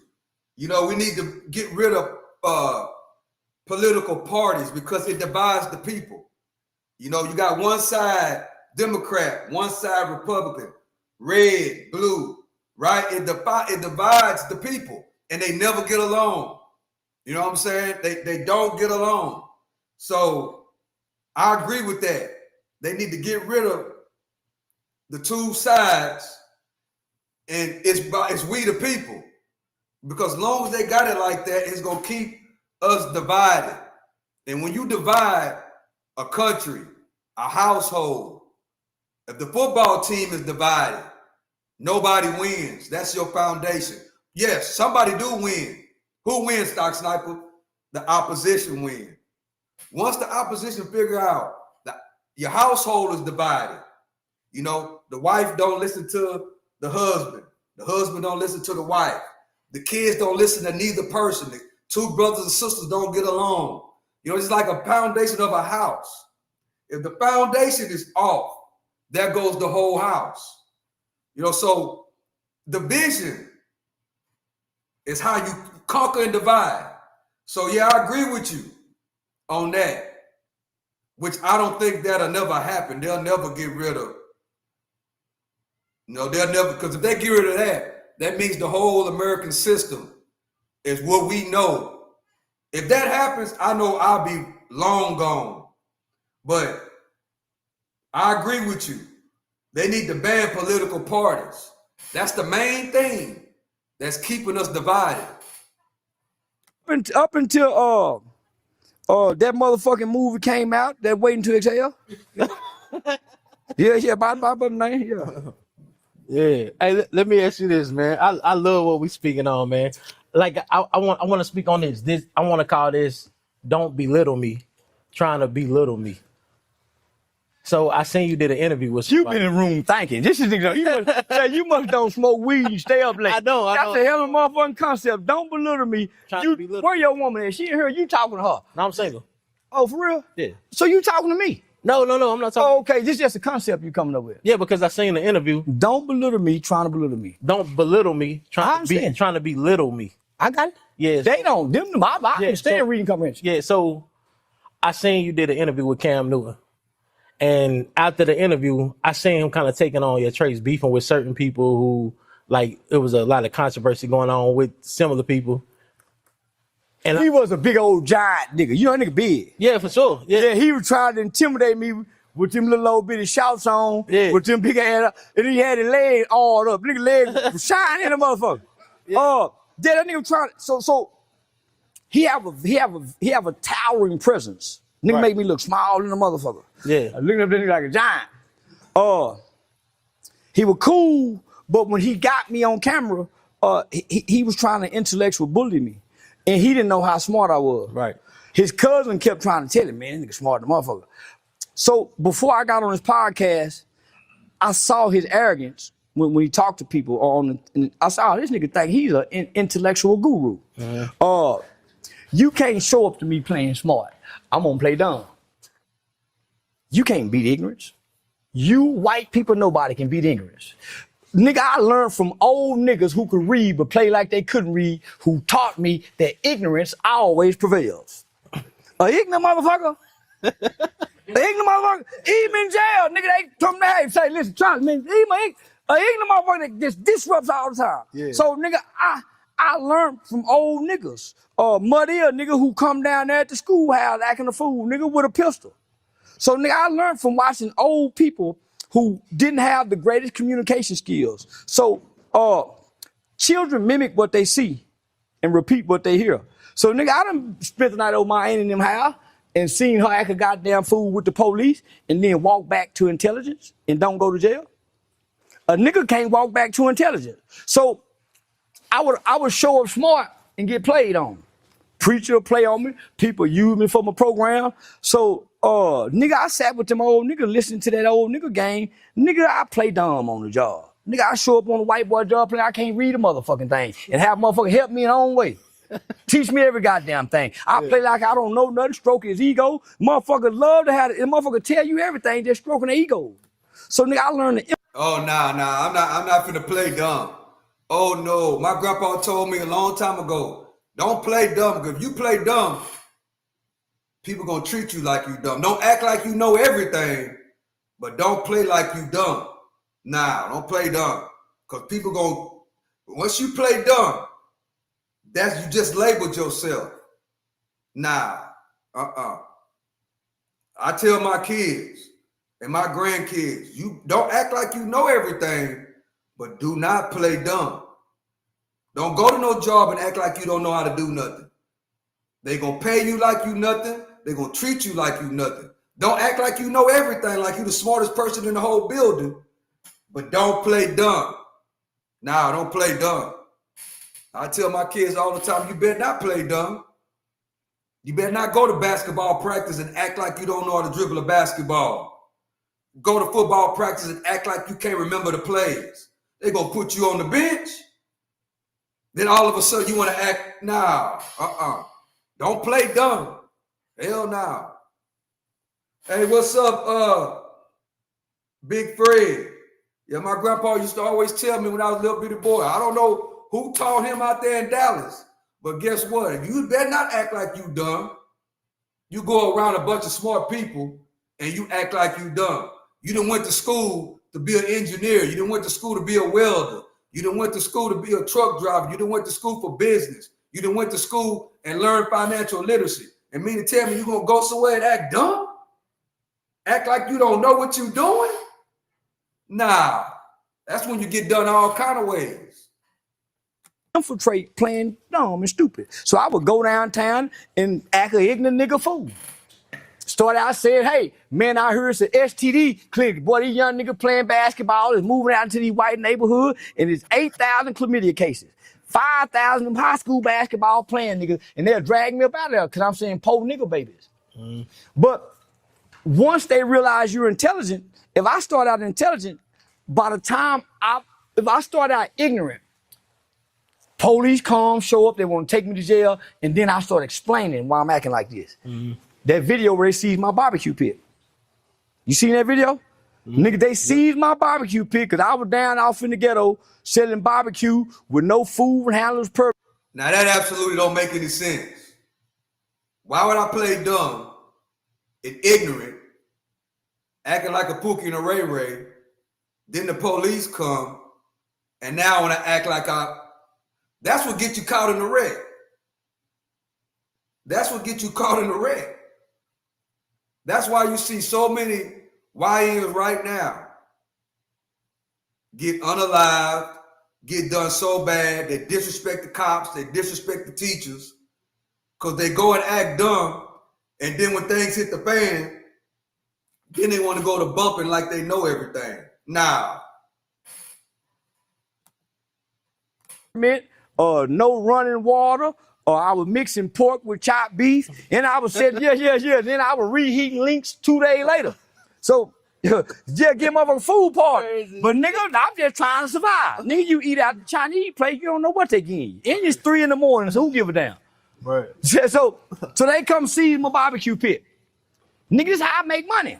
Yeah. So I go down there and play like the poor nigga struggling down there trying to feed niggas. But I go down there loud, talking about y'all don't care nothing about the poor nigga. And I'm what they call civil disobedience. I'm in front of a government building. I'm unruly, I'm obnoxious, and I'm doing everything but cussing. I'm using racial slurs, but I'm walking in place. Because you can't stand still. If you stand still, you're loitering. So I walk in place with my sign saying they don't care nothing about the poor niggas, and I go in the building with it. Ambush.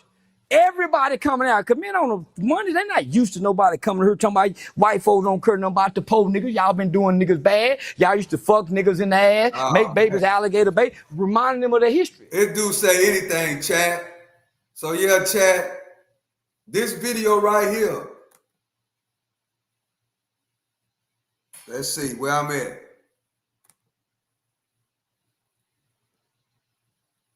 Let me see.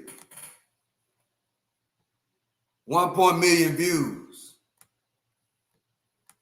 This content creator right here, this particular one that I'm looking at, he got 33,000 subscribers. 1 million views on this video. So yeah, let me see. Let's look over here. As I was watching this chat, we got Adrian Broner over here on Kick sparring with Dean the Great. Let's check this out a little bit before we end the stream. Appreciate y'all for joining me, chat. We got 76 votes. Hopefully we get close to 100. 55% of the people say no. 49% of the people say, yeah, I'm going to play a little bit of this chat. Hopefully we can see what's going on right here. Hold up.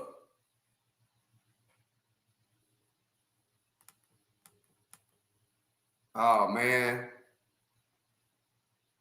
I was checking out this little sparring session.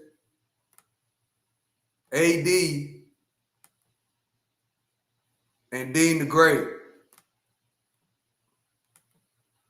Let me try this. Let me try to restart it, chat. Let's see what's going to happen. Let me try to rewind and get back to it.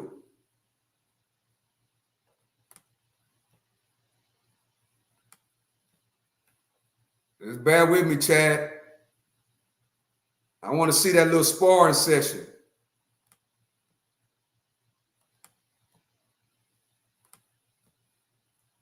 Here we go. Or they just, okay, let's see. Are they just taking pictures?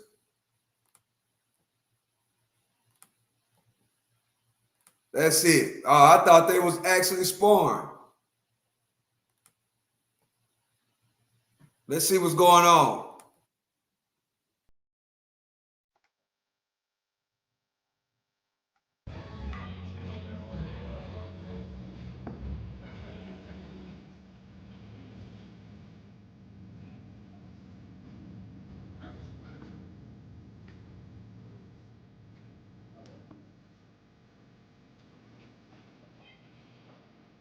While the president 8 years, 4 of this guy, 4 of that guy, all blaming everyone else, is Congress, period. We need to ban Congress members for sitting for 50 years, period. Yeah, I agree with that, Nicholas.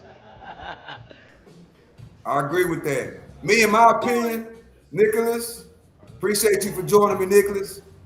I believe that, this is my opinion, that they need to extend how long a president can be president. 4 years is not long enough. 8 years is not long enough.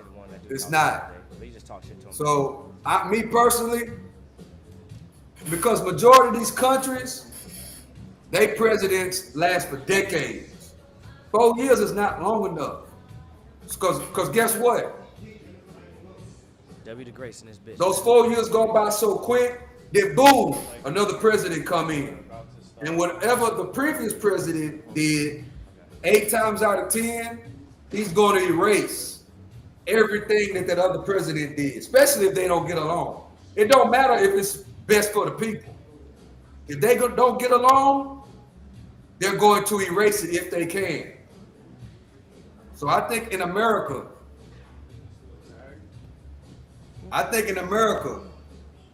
that a sitting president, 10 years, we need to vote every 10 years for a president. That's my opinion. Those are called dictators. What presidents that are longer than 10 years? But that's my opinion. I think that in America, we need to extend the presidency. 4 years ain't long enough. It's not. Too much needs to be done. Too much going on for a president to take care of business in 4 years.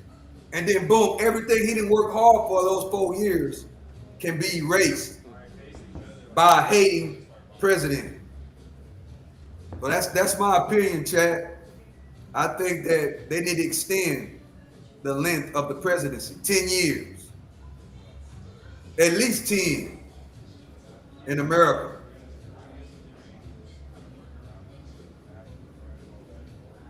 Those are called dictators in the other countries. Yeah, I seen this chat and I thought Dean and AB were going to spar. That's what I thought, Chad. But obviously that didn't happen. They just doing it for the internet. So I'm gonna take it off that. Let's see, let's go. Do we want to watch a little bit of this, a little bit more? Let's see what else. Let me fast forward a little bit. Nigga, they go to cringes. Hey, somebody watch them talk to that nigga. But they can't just sit on anybody out there talk to me. I'm whatever I need to be for the desired outcome. If I got to play sell out, if I got to sell a bad nigga out to help the good niggas, I'm gonna sell the bad nigga out. For a grant or a loan, I got it. Nigga, if I call and say, hey, chief, man, your people done arrested my boys and girl club, but if you don't fuck with the police, shoot, I got my gun license from the police department. I learned His fingers in my hand. Oh, bro. I'm using racial slurs, but I'm walking in place. Because I start out intelligent, by the time if I start out ignorant, police come, show up, they want to take me to jail, and then I start explaining why I'm acting like this. That video where they seized my barbecue pit. You seen that video? Nigga, they seized my barbecue pit because I was down off in the ghetto selling barbecue with no food handler's permit, no running water, or I was mixing pork with chopped beef, and I was saying, yeah. Then I was reheating links 2 days later. Boy, who know about those type of barbecue salesmen in the neighborhood that's selling barbecue plates on the side of the road? They got their old smoky out there. $10 plates, $15 plates, $10 brisket sandwiches. Some of the best barbecue you could ever taste come from those side barbecue hustlers. Who know what I'm talking about, Chad? Charleston White said that's what he used to do. He was a side barbecue selling hustler where he barbecue the meat and sell the plates. Some of the best barbecue you could ever taste come from those side barbecue hustlers. So, yeah, give motherfucking food party. But nigga, I'm just trying to survive. Nigga, you eat out the Chinese place, you don't know what they give you. And it's 3 in the morning, so who give a damn? Right. So they come seize my barbecue pit. Nigga, this is how I make money. Yeah. So I go down there and play like the poor nigga struggling down there trying to feed niggas, but I go down there loud talking about y'all don't. That's kind of cold, Chad. I ain't never seen the police come mess with the barbecue man plate. I mean, barbecue man's barbecue grill. I ain't never seen that, Chad. I ain't never seen the police come jam up the barbecue man, bro. That's a cold lick. He might have been selling dope while he's selling barbecue. I'm about to poke nigga. And I'm what they call civil disobedience. I'm in front of a government building. I'm unruly, I'm obnoxious, and I'm doing everything but cussing. I'm using racial slurs, but I'm walking in place. Chad. Because you can't stand still. If you stand still, you lottery. So I walk in place with my sign saying they don't care nothing about the poor niggas, and I go in the building with it. Ambush. Everybody coming out. Cause men on the Monday, they're not used to nobody coming here talking about white folks don't care nothing about the poor niggas. Y'all been doing niggas bad. Y'all used to fuck niggas in the ass, make babies alligator bait, reminding them of their history. Nigga, they go to cringes. Hey, somebody go out there and talk to that nigga. But they can't just send anybody out there to talk to me. Yeah. I'm intelligent. Yeah. They send a nigga that's a security nigga. I'm gonna run, nigga, you ain't on the pay grade. I'm gonna insult him and demean. Look at your shoes, nigga. White boy got you out here. They gotta send a white boy out here to talk to me. The manager.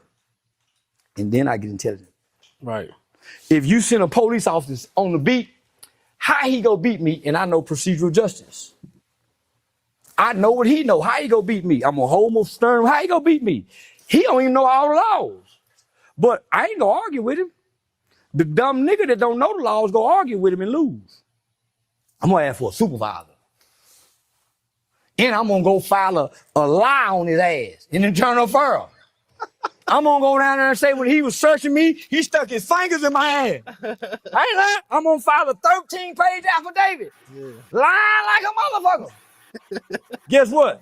It's forever on his record. Just like if you get falsely arrested, it don't go away. If you don't go have the sponge, non-disclosure. So by me lying on this police officer, he's gonna go apply for a detective job one day. Just to let y'all know, the people that's not from Fort Worth, Dallas area, particularly Fort Worth and those areas, that's how they talk out there. If anybody know anybody, especially old school people from Fort Worth, old school people from the Dallas area, that's they lingo. No. The way they talk, they kind of country, particularly in Fort Worth, in all those little small towns that's surrounding Fort Worth. So all y'all that watch Charleston White on the internet to hear him talk like that, that's old school Fort Worth area talk. That's their lingo. Like New Orleans got their lingo. Houston got a lingo. Every little city and towns like hoods got their own little lingo. Well, in Fort Worth, in the surrounding cities, that's old school lingo. So you can tell Charleston White was raised by the older people in that area. That's how they talk. They speak their mind. You know, that's exactly how they talk. Yeah. No. Talk real fast. That's how they talk out there. You know, that's just how they talk. So he just took his area of lingo and just brought it to the internet, because that's how they talk out there. So I hear some people say that Dewberry is trying to talk like Charleston White. That's how they talk out there. So you'll go out there, especially if they over 45, if they like my age, in those little small country towns surrounding Fort Worth and Arlington area. That's how they talk. So the people that think that Dewberry is trying to use Charleston White lingo, now that's how they talk. If you listen to that old man that they call Pops, that's how Pops talk. Pops is like about 80 years old, 70 or 80, that old man. If you hear the old man talk, that's how they talk out there. That's old school, Dallas, Fort Worth area. Mostly Fort Worth and around that area. That's old school talk. Homicide. He got my lie on there. Bitch ass nigga. And I'm lying. One day they get my ass, nigga, and put it there. Hit me one of them Martha Stewart charges. You hear me? Yeah. Shit, nigga. Lying to the police. I lied and said he stuck his fingers in my ass. They get me and said, why they get his fingers? I had some holes in my draw. I was sagging, had some holes in my draw. Man, they hurry up, put a charge on my ass. And but nigga, you can get them too. Yeah. So me working with them taught me how to beat them. If you can't beat them, you join them. So nigga, I went and joined them and I stole information. I call it infiltrated. So I learned how to shoot. I got my gun license from the police department. I learned what to do when the police come. You hold your hand on both steering wheel, cut the lights on, tell your partner put his hand on there, let all the windows down, and when he get there, nigga, he go tell you, go on about your business. Mm-hmm. Because those are things that they know that we don't know for officer safety. Most niggas, soon the police put them on, they go to reaching for shit. Well, nigga, he's on guard because he don't know what's in that car. So, understanding beats a lot of shit, homie. Yeah, so I started trying to seek to understand other cultures and other races, the police department. So my councilwoman, Gina Bivens, just died. I met with her like almost 10 years ago. She said, Charleston, the work that you're doing in the community, I can't help you as your councilwoman. All the help that we need is at the police department. What you mean? Ain't you a begging nigga? All right, Chad, I appreciate y'all for joining, man. We getting close to the 100 votes. We got 12 more to go. The goal was 100. We trying to get to the 100 votes. Should we interview Charleston White? Should I sit down like this here and interview Charleston White? Similar to this, we're going to talk about politics. We're going to talk about laws and legislation. Basically, a lot of stuff in Texas. I'm in Texas. He's in Texas. We're going to talk about content creation for the YouTubers. We're going to talk about how he shook the algorithm, all that. We're going to talk about marketing and branding.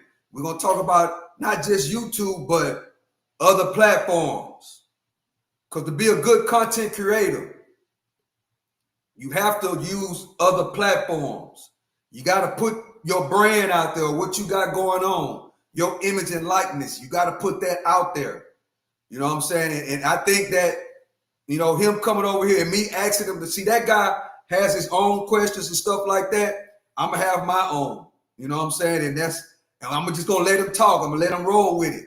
He going to talk, that's how they talk in Fort Worth and different type of hoods and stuff. That's how they talk. They speak their mind, but it's going to be more serious like this. So come on, y'all let me know. I need 11 more votes. We're getting close, almost a 50-50 split. You know what I'm saying? Well, I kind of figured it was going to go like that because mostly all the votes that I do, because we got different people from both sides, And the good thing is that Charleston White is into politics like most of us are on this channel. No matter, that's the thing about the freedom of speech. He has the freedom to speak how he speaks. That's the beauty about the freedom of speech. Some people might say, well, he talk all raw and reckless. Well, that's the lovely thing about America, right? The First Amendment. That's the lovely thing about America is you got the right, your freedom of speech. That's the lovely thing about America. That's why America is the land of milk and honey. That's why I love America. You know, I want to go to other countries and visit other countries, but America is the land of the free and the home of the brave. Don't all you niggas go get nonprofits from your preacher, your little league football people, and all y'all do is beg for money? Well, if you don't have to beg, if you go down there and apply for the grants with the police department, are you snitching? No, it's called public safety. All the funding that goes to your parks and recreations, your little league football, that's why they begging, or your after school program is either over there or under Title IV school funding. Most of it falls under the police budget. Gang intervention, gang prevention, public safety. So it's a whole umbrella. Parks and recreation, boys and girl club. But if you don't fuck with the police, why you think you stand on that corner begging with them little girls shaking their ass in cheerleader uniform looking like little hoes? On the corner looking like little hoes. Hey, popping that little pussy. And they hot. And they ain't getting no money. Yeah. If you don't have to do that. If you go down there to the police department, they gonna help you get set up with Cane's, Chick-fil-A, wherever you wash cars over there in the Boosters Club. But since you niggas pocketing most of the money, you don't want to go fuck with the police no way. Cause most of you niggas crooks. Running little league organizations as crooks. In the name of nonprofit. Same with the preacher boy. He's a crook. Nigga, all the money is at the police department under public safety. Because our communities, our environment, gang infested, drug infested, crime under public safety. Yeah. So I got a home healthcare agency. And I couldn't understand because anytime I would apply for loans or grants or anything, I would get it. So, but every year, anybody that's looking to do the 501, try it out. What he talking about? He say all the funding is through the police department. You know, all the 501c3s and GoFundMe's and standing on the corner. We have that in all these neighborhoods. We got people with football helmets, you know, saying they need donations to the football team, the Little League football team. So let's rewind it a little bit. Somebody go try it out and see if you can get funded through the police department. Is at the police department. What you mean? Ain't you a begging nigga? Most niggas, soon the police put them on, they go to reaching for shit. Well, nigga, he's on guard because he don't know what's in that car.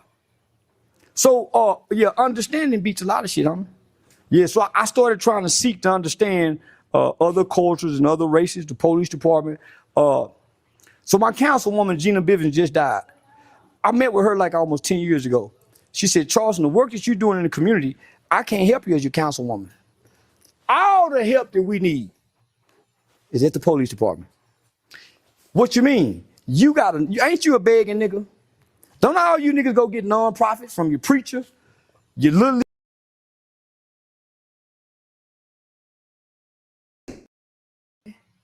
Well, if you don't have to go there and apply for part, are you snitching? No, it's called public safety. All the funding that goes to your parks and recreations, your little league football, that's why they begging, or your after school program is either over there or under Title IV school funding. Anybody in the chat know something about this? Anybody heard of this before? You get all your funding through the police department? Of course you gotta, probably tell on a few people, but anybody know anything about this? If you got a private organization, you feed the poor. When it's cold, you give them blankets, instead of filing a 501c3 and getting donations, you can get your stuff funded through the police department. Okay, we got 92 votes. Chat, come on. We got 44 people in the building. Y'all, please do me a favor and go vote. Should we sit down and do an interview with Charleston White? Most of it falls under the police budget. Gang intervention, gang prevention, public safety. So it's a whole umbrella. Parks and recreation, boys and girl club. But if you don't fuck with the police, why you think you stand on that corner begging with them little girls shaking their ass in cheerleader uniform looking like little hoes? On the corner looking like little hoes. Hey, popping that little pussy. And they hot. And they ain't getting no money. Yeah. If you don't have to do that. If you go down there to the police department, they gonna help you get set up with Cane's, Chick-fil-A, wherever you wash cars over there in the Boosters Club. But since you niggas pocketing most of the money, you don't want to go fuck with the police no way. We need 7 more votes, chat. 7 more votes.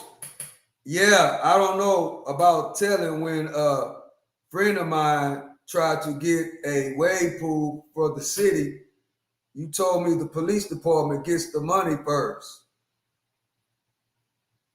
Yeah, I don't know about telling when a friend of mine tried to get a wave pool for the city.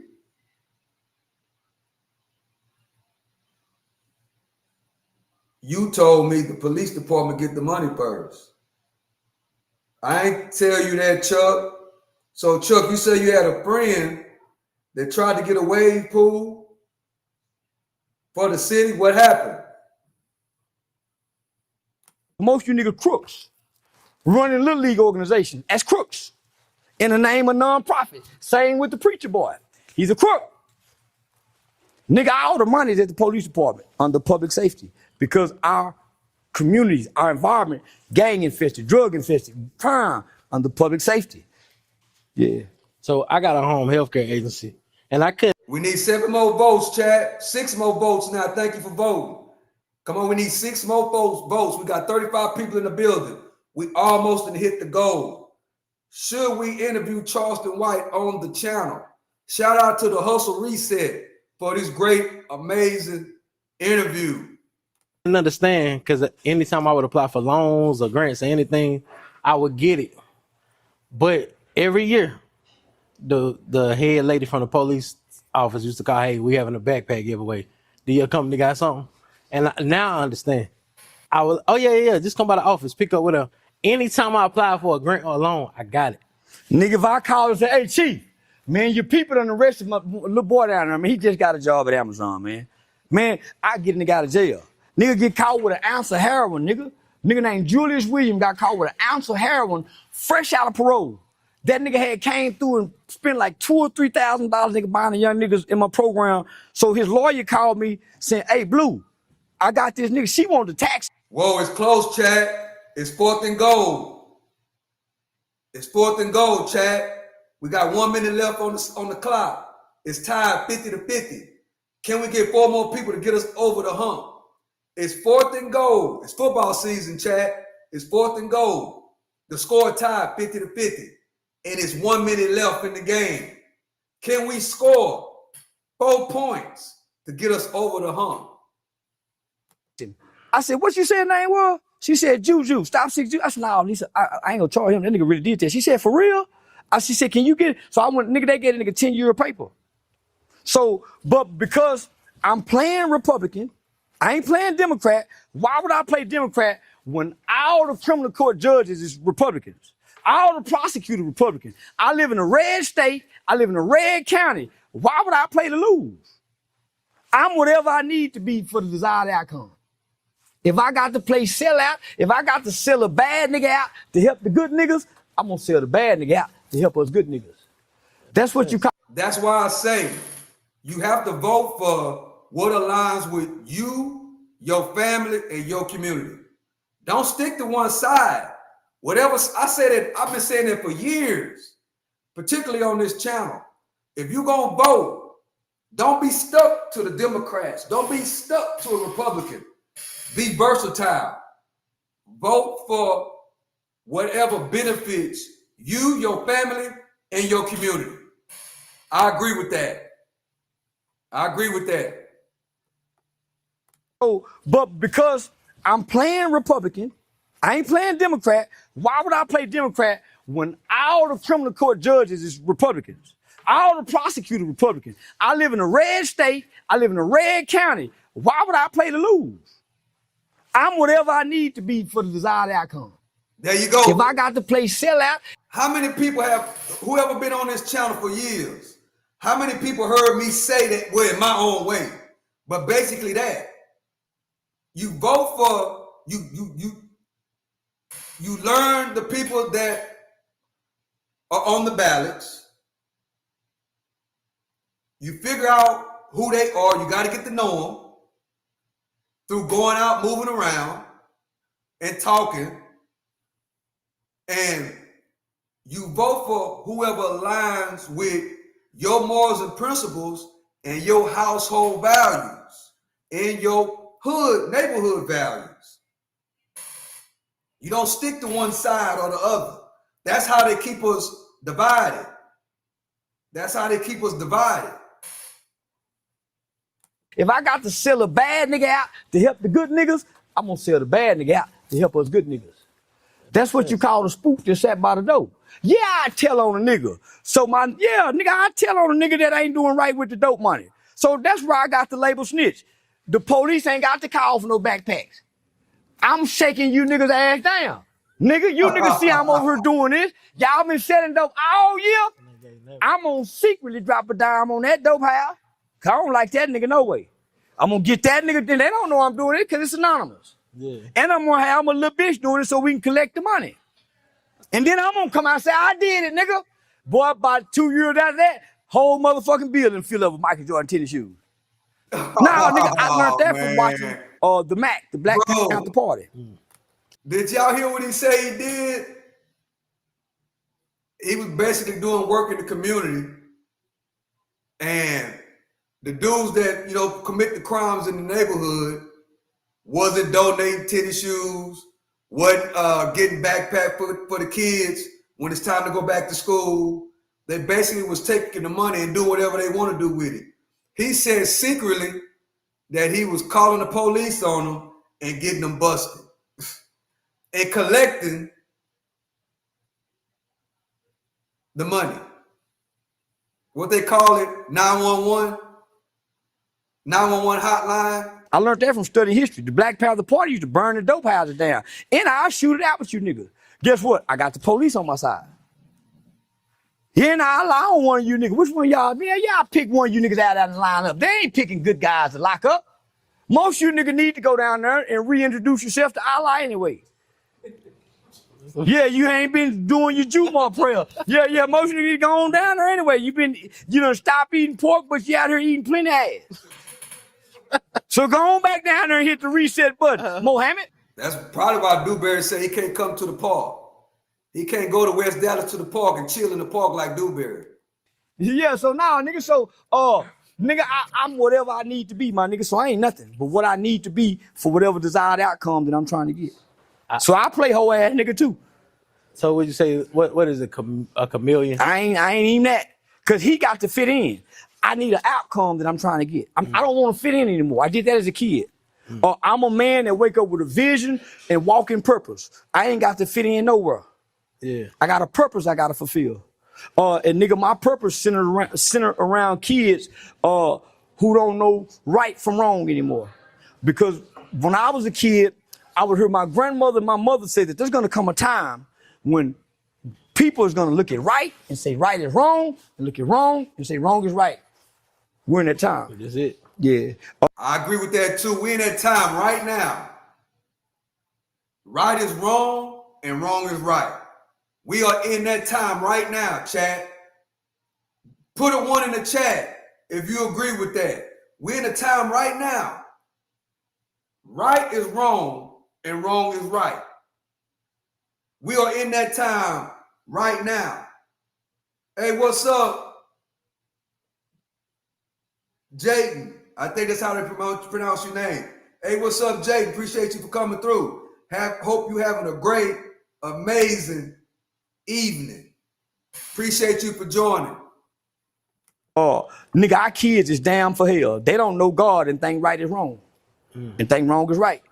They think listening to slow music is gay, but hanging with a bunch of niggas with hard dicks and drugs ain't gay. Nigga, I'm by myself listening to slow music. It's four niggas in the car on drugs that make you want to fuck and kill. Yeah. So these niggas fucked up, nigga. And they don't know how to slow. All right, we hit the goal of 100. We hit the goal, man. How long we been live, chat? Thank y'all, chat. Y'all amazing, amazing, amazing, amazing. I didn't think we was gonna get to 100, but we got to 100. How long we been live? 2 hours. So basically 50 50 votes an hour. Man, shout out to the chat. Shout out to the chat. Bro, I didn't think that we was going to pull it off. I didn't think we was going to pull it off. And guess what? Out of 100 people, 52% of the people think that we should interview Charleston White. Charleston White made a huge comeback. Charleston White was down. He was down. But guess what? Just like all our votes, I love y'all, chat. I love the people that rock with this channel. Just like all our votes, be close, another one. 100 votes, 52 to 48. And we're going to end it right there. Appreciate y'all for voting. Appreciate y'all for rocking with the channel. I'm quite sure we are over 10,700 subs by now. I appreciate everybody for rocking with the channel. Everybody that's been coming through, supporting the channel. Man, I love and I appreciate y'all. I love and I appreciate everybody that's been rocking with this channel. The old people and the new people. I appreciate the old people, the people that's been rocking with the channel since I've been doing this. I appreciate y'all a whole lot because y'all are the foundation. Y'all are the reason why I kept going. The people that's been rocking with this channel since I hit that live button, since I started taking this serious, I love and I appreciate y'all. The foundation of the Freedom of Speech channel. I appreciate y'all. Everybody that's been rocking with me on Kick. I just started doing multiple social media platforms. Shout out to Charleston White for, putting it out there. Man, you got to stop just doing content on YouTube. You want to be a streamer. You want to stream on multiple platforms at one time. Shout out to Charleston White, who been saying that. And I pulled the trigger and I started doing it. I started streaming on Kick, streaming on Rumble, streaming on Twitch. I got to get the Kick. Not the Kick, I got to get the TikTok. I got to get on TikTok too. So yeah, Chad, let's see. We're going to listen to a little bit more of it, and then we're going to be out of here. Just a little bit more. A little bit more. Now they don't know I'm slow down. They ain't had to slow dance at the school. Nigga, these nigga, bro, how many these niggas catching bodies with no pussy? Never had a. Think about that. Think this is what I'm saying. Go ahead. Nigga, I had no idea 10-year-olds was killing in America till I started working with children being introduced to drill music. Nigga, when I started looking at them Chicago niggas, that little nigga was 10, 11, 12 years old with 2, 3 bodies. Nigga, that's the children of the corn. And they don't know God. They don't know how to pray if they get in trouble.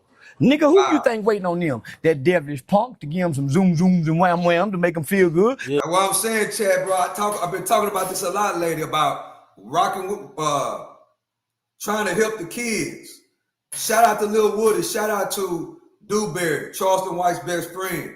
They are trying to figure out a way to break through with the kids he's talking about right now. 10-year-olds, 11-year-olds, they got 3, 4 bodies. That's what he's talking about right now. I ain't talking about the youngsters that mostly be on YouTube. I'm talking about the real youngsters that's really in the trenches. Mama a heroin addict, daddy a dope fiend. I mean, really can't, there are roaches everywhere. Barely can get a pack of noodles. Ain't no phone, ain't no internet. They barely can keep the lights on. They really in the trenches.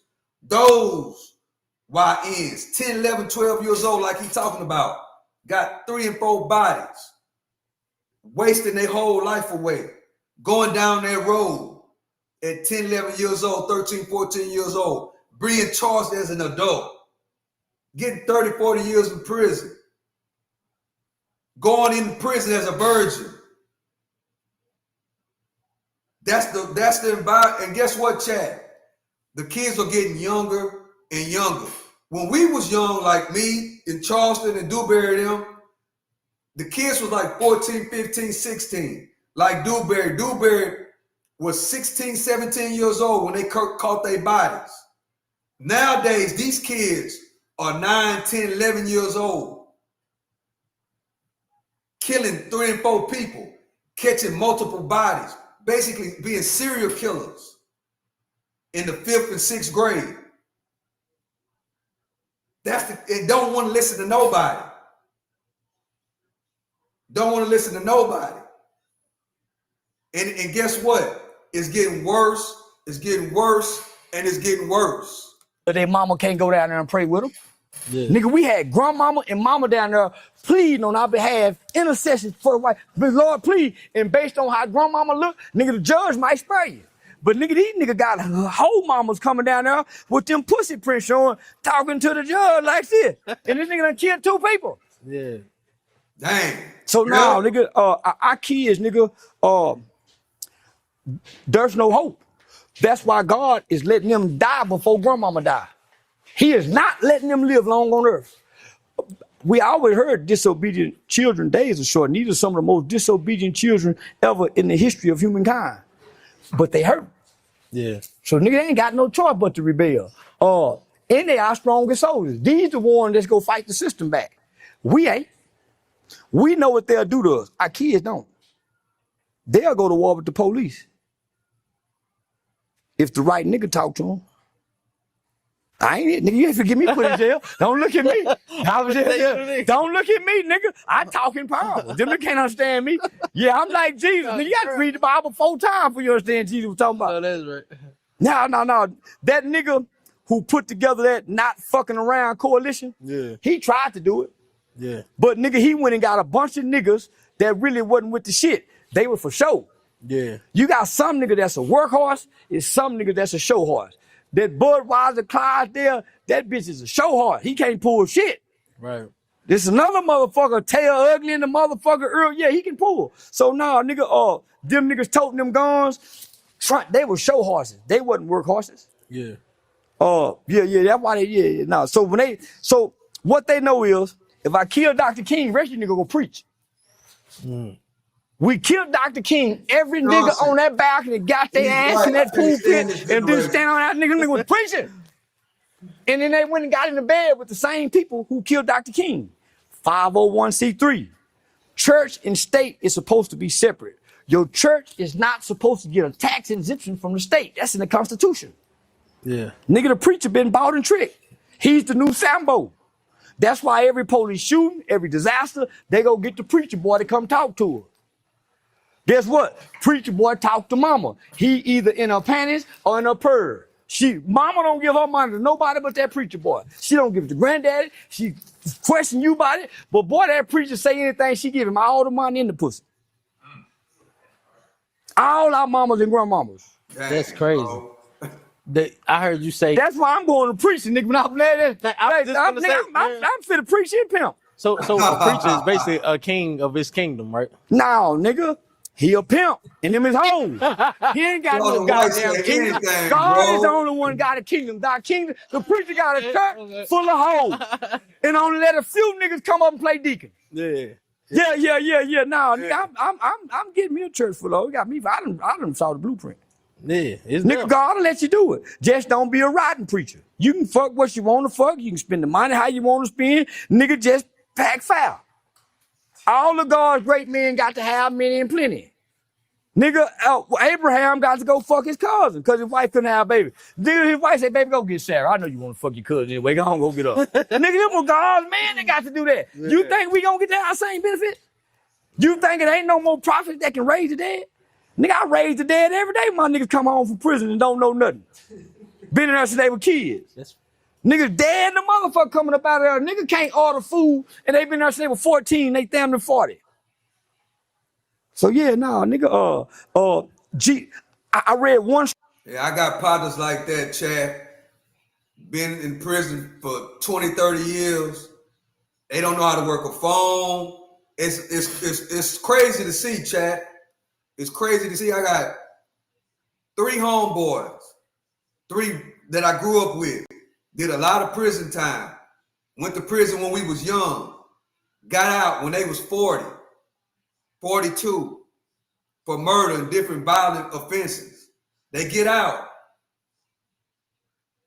And actually, it's hard for them to pick up to what's going on. Out of 3 of them, One of them ended up killing himself, and the other two are trying to still structure, trying to get it together. When they came out and these phones, oh man, it's a sad sight to see a 40-year-old or somebody 45 that they've been in prison for 30-something years come out, and it's like, you know how when a deer, when you driving and the deer come right out in front of the road, he look at your headlights, the way they look is like when they come out, it's like it just shuts down their whole system. It's like it's a sad sight to see. That's why these younger kids got to realize what's going, and old, man, going down that road and going behind that wall and staying down there for 30, 40, 50 years, not understanding what you putting yourself through when you make these bad decisions. Then when you finally realize you done fucked up, and life slows down, it's a bad situation, man. And these kids are getting younger and younger, with this I don't give a damn drill type attitude, shoot them up, bang, bang. They're getting younger and younger, 10, 11 years old.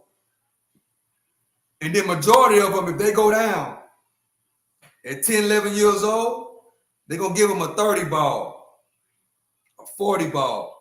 So if they 15 and they get a 30, or if they 15 and they get a 40, they get out right around my age. They get out right around 50. They get out right around 45. Because I don't know if it's still like that, but in the state of Texas, you couldn't give a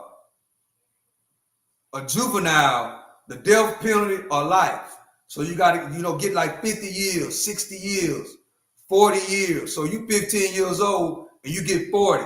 You 15 years old and you get 50. Well, you still going to get out, but you're going to be 50 years old or 60 years old.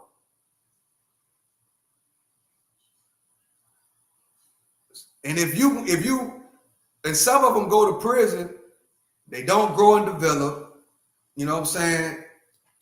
They don't learn any skills. They don't come out with no degrees, none of that. I'm quite sure it's some that do, but the ones that I knew, they came out, didn't know how to do nothing.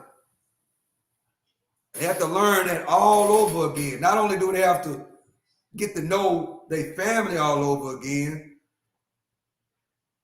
sad situation.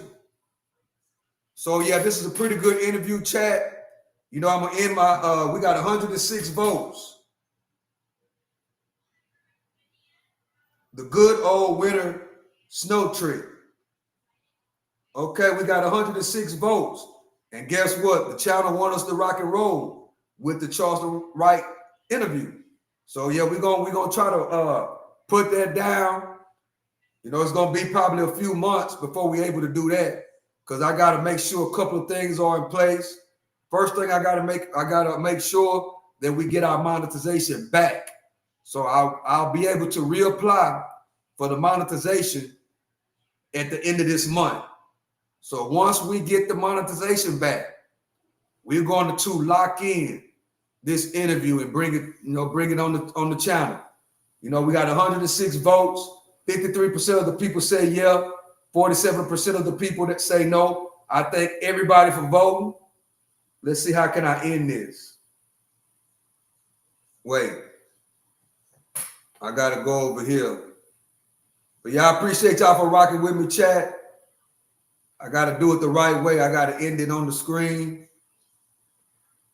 I appreciate y'all for rocking with me, coming through as we get ready to end this stream. Shout out to the Hustle Reset and Charleston White for that good interview.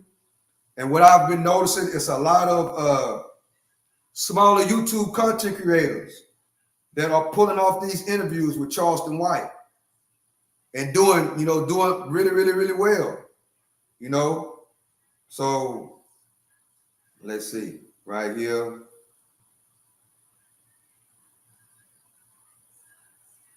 Doing really, really, really well.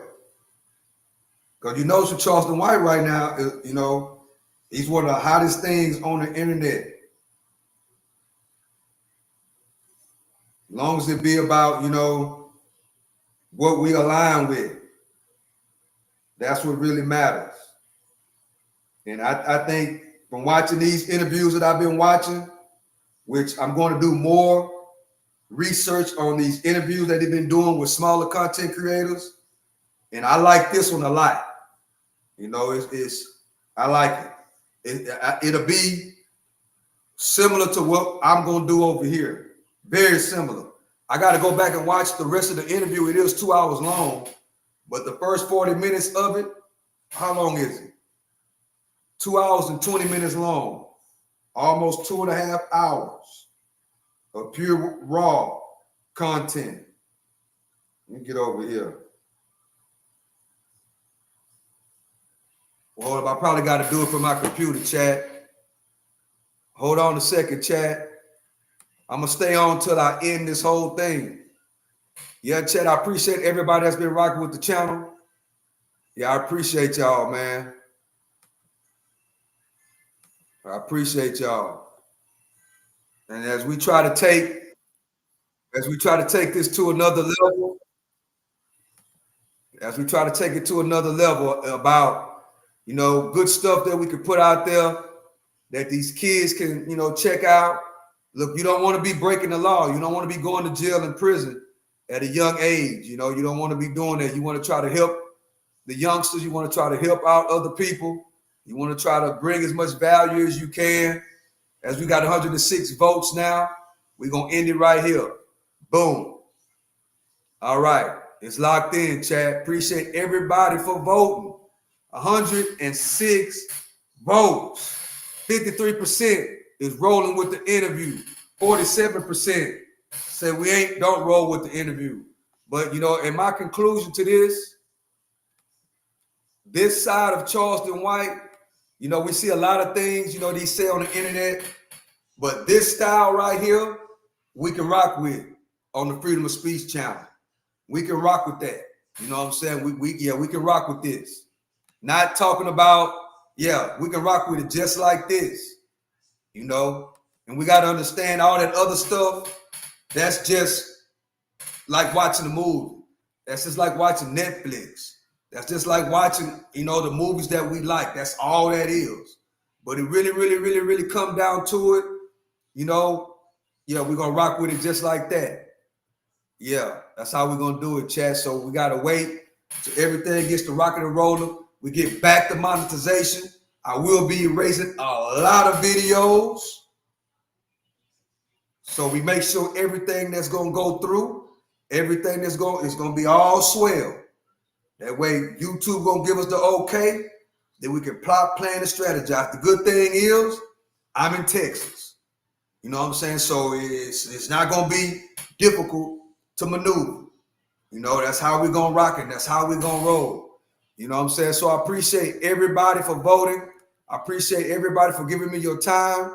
I appreciate everybody for, this has been 2 streams in 1. Because earlier I had a hiccup. You know what I'm saying? I had to get off. But guess what? We came back and we rocked the show. You know what I'm saying? We came back and we rocked the show. And that's exactly what it is. So with that being said, let me go over here. I love and I appreciate y'all. Everybody that's been rocking with the channel, I love and I appreciate y'all. With that being said, I'm your host, the one and only Stock Sniper. This is the Freedom of Speech channel. Earn, spend less, make proper investments. Teach it to your kids and grandkids. Teach it to the people in your community. And then come on this internet and tell it to the world. With that being said, I love and I appreciate y'all. Chat to the next one. I'm out.